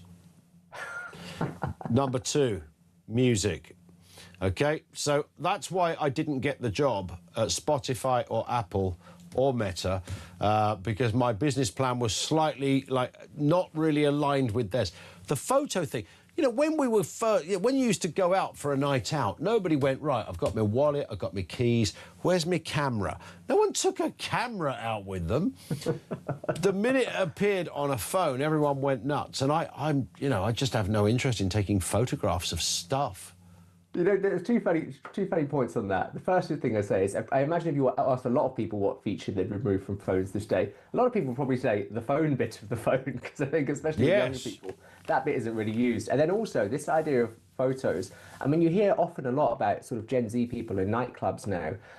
They sort of act differently because there is this idea of constant surveillance. And I imagine, you know, if you think about like a nightclub in the 90s or early 2000s or whatever, it probably would have been very different as sort of unhinged behaviour. Whereas, you know, now anything you could do in public could be captured on phones and indeed Meta glasses. And some places will ban you from going in with Meta glasses. I'm sure. Because of the camera. Yeah, indeed. So you've always got a permanent light on the side of your specs. That's the point, right? What about in the daylight? Can you still see the light? Yeah, it's actually quite a bright light, and like I say, the new measures that they've introduced should stop it from being able to disable that. But of course, you might, you know, someone might come up to you, and maybe that's just not the first thing you're looking at. So I suppose it's, you know, part of it will also be vigilant. If someone's wearing glasses, yeah, just be careful. Back to the phones, Sean. I may have told you this story before, but years ago when we were first discussing sort of smartphones were first coming out, and we were asking people just as a kind of basic phoning, what do you want on a phone? Because this thing called, I never forget somebody saying to me, they're going to invent this thing. Apple are doing this thing called applications, and it didn't really mean very much. And of course, that's apps, but we've never called them applications. We just call them apps. And so we were sort of doing a discussion. What's the sort of ideal thing you want on a phone? And people were ringing and go, "I quite like a dictionary. That'd be quite helpful, and a nice place to write your notes. That'd be good." But the general conclusion was, it doesn't matter how big the phone would be, because, listen to this, it's not as if you're going to take it out with you at night. That was the theory. You could make it as big or whatever you like. You're not exactly going to stick it in your pocket and go for a night out. How wrong was everybody? And that was just like 2010 or something. No, I mean, the internet has been relentlessly wrong. And it's funny, if you go back onto sort of like early technology forums, as I often do, and look around the time before the iPhone announcement, lots of people were like, why would we want an iPod that makes phone calls? And it was the same with the iPad. They were like, why would I want a giant iPhone? But of course, they all sold, you know, in millions and hundreds of millions of units. The iPod Touch, wasn't it? Which I thought was a marvellous bit of kit. And then the little mini thing, you know, with the clip on the back. I had that thing for a bit. Yeah, and Sam was just reminding me, you know, when we wanted to use calculators in maths, teachers would say, well, you know, that's no good. It's a ridiculous way to learn, because it's not as if you're always going to have a calculator in your pocket. But of course, yes, you are. You've got a calculator and a computer that would rival what NASA could produce a few years back. So it's there to stay. Let's move on to this one, because the other thing you can do on your phone, of course, is watch TV. Or does anybody watch ITV's streaming division? What do they stream on there? The best of Emmerdale and a Bradley Walsh quiz show? Yes, I mean, I don't watch a lot of ITV myself, I'll be honest. What are you on? How is it worth 1.6 billion? If you'd have said to me, what is ITV's streaming division worth, my genuine guess would have been £37.50. Well, it's not a very competitive bid. You would have been outbid by Sky this week, who have of course bought ITV for 1.6 billion. I know it's X as well, but but X, so what? It's got some of the Desperate Housewives stuff on. What else is on there? It's not good, is it? I mean, actually, interestingly, Sky has bought a lot of ITV, but they haven't bought all of ITV. No. So they bought all of the media and entertainment division. So that includes the channels 1, 2, 3, 4, 5, ITV Quiz, Coronation Street, the streaming service, as you say, and then UTV in Northern Ireland. But it's not getting ITV Studios, which is the production arm that does like Love Island and I'm a Celeb. So that stuff is still staying with ITV as its own company, but Sky is buying up all of the sort of the main channel stuff that you would normally see. And so they're buying. So Sky will own Loose Women and Coronation Street. But they clearly see some potential profit in it, and I think the idea for Sky is they want to really be a destination where, because you've got to think they're selling these bundles now that have Netflix in, that have Disney Plus in, that have HBO Max in, and for them they want to sort of be a one-stop shop for TV. They're clearly going up against the BBC. They probably see them as their main rival. They're also facing off now very heavily against YouTube, which is commanding a lot of eyeballs, especially on TVs. I mean, we often think of YouTube as something you do on your phone, but actually increasingly it's watched on TV. And that is a threat to Sky and certainly the BBC as well. So they're all looking at how they can sort of get something about YouTube on your TV just doesn't work for me. I mean, to me, it's very much a phone-based application. And when I have stuck something on, it doesn't. It kind of always looks like it's not meant to be there, like someone's giving you a bit of an iffy kind of, oh yeah, if you press this button, press that one, you can get YouTube on your telly. It doesn't. You get the lovely 4K that all the other stuff delves out. It doesn't seem to be the same experience. Ian, there's probably a lot of people watching you on YouTube right now, scratching their heads. But yeah, that's exactly what the best use of it is. I watch loads of YouTube. In fact, yesterday I played this game called World of Warcraft. It's a very nerdy game. I was watching videos about the history of World of Warcraft on the TV last night. I was having a brilliant time. Yeah. And I just think there's so much good stuff on there. Sometimes we'll just set it up as a sort of like nice fireplace background in the living room. Not in summer, of course. In winter, no. Haven't got the fireplace on this week. Put some polar bears in there in the summer. I watch it, but on my phone or my laptop. Yeah, you're in a growing minority in. It's increasingly popular to watch it on the TV. And every now and again they've had they did do a couple of sporting exclusives over the years, haven't they? And I found myself watching it there. It's a bit like Amazon as well, you know, watching when Amazon first, I think it was the Raducanu tennis match, wasn't it? They did some kind of deal a few years ago. And I remember watching that. It didn't seem like I was watching proper telly. Actually, a lot of these streaming services are trying to get into sport, as you say, to directly compete with some of the traditional broadcasters. Netflix has experimented it, as you say, Amazon has experimented with it. Over in the US, Apple does F1 there. They have the rights to stream it there. So they're trying. They're almost, you know, tech companies are going back the way of traditional broadcasters. Traditional broadcasters try to be more like the tech companies. Indeed, so it's very confusing. Little warning here from O2. Tell us more, Sean. Oh yeah, this is just a brand new phishing message.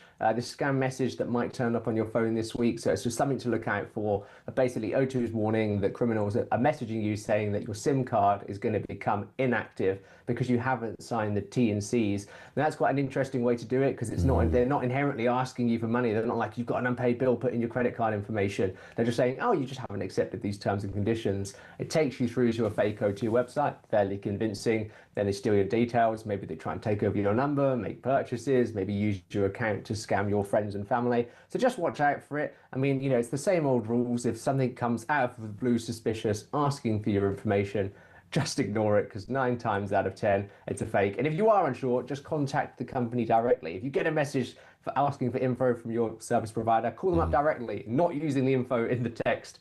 Go onto Google, go onto the official website and find the contact info and check if it's real. Because maybe it is, but I would say most of the time it's probably not. Let's talk about Samsung.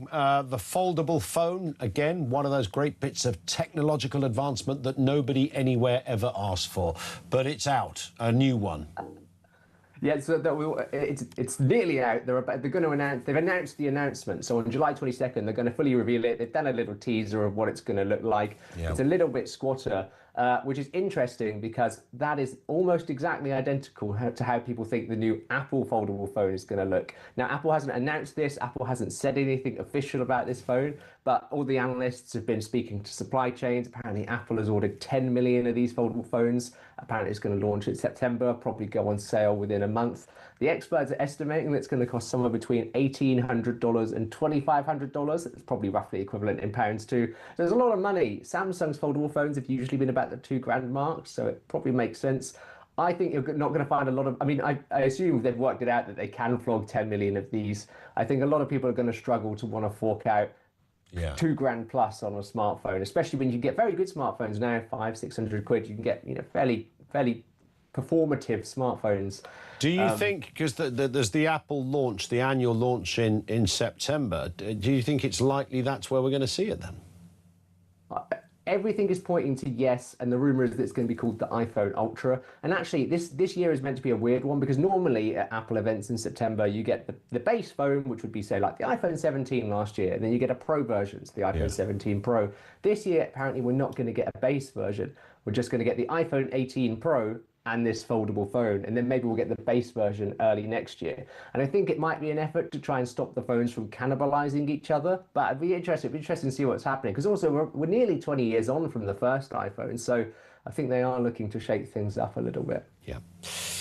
Let's, I suppose, finish on an animal story. I love a bit of wildlife. The world's fastest spider. How has this come under our umbrella, Sean? I love when I can bring you a little bit of science. This one is, I personally find terrifying. I'm not a huge fan of spiders. I don't go out of my way to kill them, but I do find them frankly terrifying. Anyway, scientists, a bunch of scientists from around the world, including at Imperial College London, they've tested 258 different species of spider, and they found that the fastest spider is the huntsman spider from Queensland in Australia. Now, if you're familiar with Australian spiders, you will know that the huntsman spider is enormous. I think I'm right in saying that thing will kill you in about 3 minutes or something. Is that right? It's got they usually actually don't go after humans. They usually run away, which is convenient that it's quite fast. It's about 16 centimeters leg span. Anyway, they found out that it runs at 3.6 meters a second. It's about 8 miles an hour, but I feel like you can very much visualize 3.6 meters a second. That's what makes it terrifying, isn't it? It is. They've got those long legs, and humans apparently jog between 4 and 6 miles an hour. So it would. I mean, you say 3.6 meters a second. That's like from there to there in a second. Blink of an eye, and it's on your face. It's not. That would do my nuts in. I'd literally, I would die. I'd die. Is a money spider, which is nice, I suppose. But they're very small, and you don't really worry about money spiders. So I'd rather it was the other way around. Do you know what? I haven't used that phrase "money spider," but my kids have never. Because my kids have to remove a spider. The other day I had to do one. Daddy, there's a spider on the wall. It's like where? It's a tiny thing. But I've lost the phrase "money spider." Did you used to call it, Finn? Did you use that phrase as a kid, a money spider? Yeah, absolutely. We used to as kids. It's that's a money spider. And I'm very grateful. I mean, what a load of old crap. Of course it's not a money spider. It's meant to produce some. If you have one, it's going to bring you riches. Was that the idea? Gratefully, the huntsman spider usually eats insects, not people. So that's something to be thankful for. There is a couple of... there's a few YouTubers that do this. I don't know whether any of our guys here have seen it. When they... and I saw a guy doing it the other day, and it was horrific. They sting themselves with... have you seen any of that stuff? With either spiders or bees or insects. There was one the other day. I don't know whether this guy was a good actor or whatever it was he was doing. He got this thing, there's sort of tweezers on this insect, and they did his arm. It took a while for this thing to... It didn't bite, it injected the sting. And he was on the deck for a long time. I mean, this was proper. He said, I'd never experienced pain like it. Something so tiny that could inflict such carnage, and he'd done it with tarantulas and black widows and God knows what else. And snakes too. But you can't do it with all those things, because some of them do actually kill. No, I mean, what a strange hobby to have. I have seen those videos, and it reminds me of people who do sort of like cave diving or caving, where it's like, you don't have to do this. No, if you do cave diving, you should be taken away in a room and locked up, frankly. I mean, that's just I'm very glad that all of this stuff is optional. Imagine if it was compulsory. I saw a video the other day of a guy who'd been stung by a bee, and the bee was still on his arm with the stinger in. And he says that normally people swat them away, and that's what sort of tears the stinger out of their abdomen and kills the bee. But he's saying if you just leave it, it can sort of dislodge itself. And so he'd spent about 5 minutes just letting this bee dislodge itself from his arm, and it looked like the most painful thing ever. And I'm not sure I would have the guts to do it. I thought it was a very compelling video. Well, my little boy, only this morning, my little boy told me that I need a credit card because if I get stung by a bee, the credit card is the thing you use to rub on your arm, not your hand. Use a credit card because it takes the sting out. And he'd seen this video somewhere. So we've got a lot of bee information here. Some of it is conflicting, Sean. I wonder if he watched that on YouTube. Well, I think you're the man to do the sting test for us, of course. I'd need much bigger salary to be willing to do that. I'm very squeamish with any kind of needle, bee or otherwise. So we'll do a GoFundMe on this one, Sean. I think it could. There are ways to change your mind, believe me. This is a terrifying escalation, Ian. What have I done? Oh yeah, 25,000 quid for a bee sting. Oh, well, maybe now. You might be talking here. That's fantastic. You will be the first person to take up the challenge of the testicular bee sting challenge. Did I mention that in the first bit? 25 grand. You've got to read the terms and conditions. Always, always. Good work. Listen, Sean, we will speak next week. Brilliant stuff. Always good to have Sean Keach on, Head of Science and Technology over there at The Sun. Thank you to him. Now, the World Cup officially here, of course. We want to celebrate a massive month of football in style. We're giving you a chance to win £26,000 into your account. That could mean a lot. Sort out the house, take the family away. It just takes the weight off things for a long, long time if your balance needs a bit of love this summer. Here's everything you need to know. For your chance to win, visit talk.tv/win or text talk to 8338 by 6 p.m. on the 20th of July 2026. Texts cost £2.50 plus your standard network rate. Or send your name and number by post to Comp 1, PO Box 3190, Colchester CO2 8GP, to arrive by midnight on the 23rd of July 2026. 18 plus, UK residents only. So for your chance to win, text talk to 8338 now. This is a network promotion. Full T's and C's at talk.tv/win.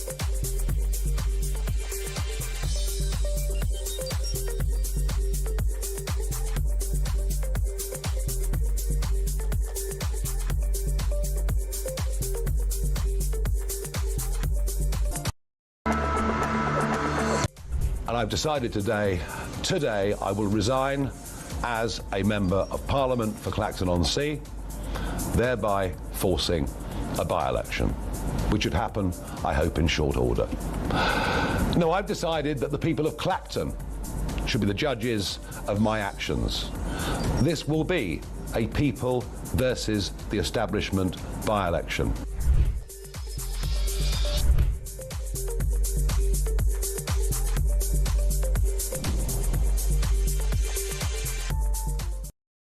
Across the UK, on DAB+, on YouTube, on your mobile, and on your side. This is Talk. Let's get a quick word in from Graham in Lincolnshire before we hand over to Kev. How you doing, Graham? Hello. Hello. Hot and bothered like everybody else. Yeah, a bit of that going on. Fire away. I think Farage is doing the right thing. Firstly, there's no need for him to declare this $5 million. I know, I've looked at the rules. There's no need for him to do that. Let's leave that to one side. More importantly, everybody's been shouting at him for the last few weeks, few months, that he really must face scrutiny. Well, so he's done that. Mm-hmm. He's called an election. He's risking his political career. That's absolutely fair risking it. And again, now they won't take him off on it. They've run away. And so I think he's doing the absolute right thing, and I wish him every success. We need reform to do well. We definitely need.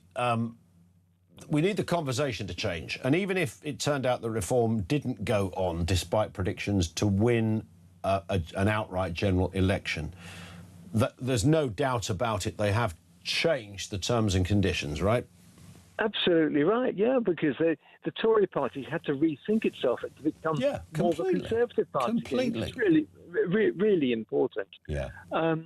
So, yeah, this is, and if he faces actually this committee at the House of Commons, whatever the commissioner says, the actual standing committee can actually then overrule that, and they will do. There's 4 Labour MPs on it. They'll overrule it and decide he is guilty, no matter what the commissioner says, and they'll insist it's a really serious breach and put it to the House of Commons. And guess what the 400 MPs are going to decide upon? That there needs to be a recall petition. We know they're going to do that. Well, people keep using the phrase, get your popcorn at the ready. It's certainly a bit of that. Graham, great call. Thank you very much indeed for that. Ian, you had to chuck a money spider over your shoulder to bring it money, which ironically would have probably killed the spider without realising it, I suppose. Because you're not meant to drop spider. People drop a spider, they get it in a glass and then lob it out the window. And it essentially lands. It's not like a cat that it lands as sensibly, although there are limits to how far a cat can jump, of course. But I think a spider lands on its abdomen, which often kills it. Sorry, a bit of grim news there. Christina in Spain says, I guess now that Count Binman is running, you won't be able to use your phrase, get in the bin for a while. Yeah, you're right, Chris. I'm looking at the copyright team at the moment to see what my rights are on that one. And this one in from Pumpkin, the Labour Muppets will vote for bin face, same as the other lefty parties, putting reform under pressure.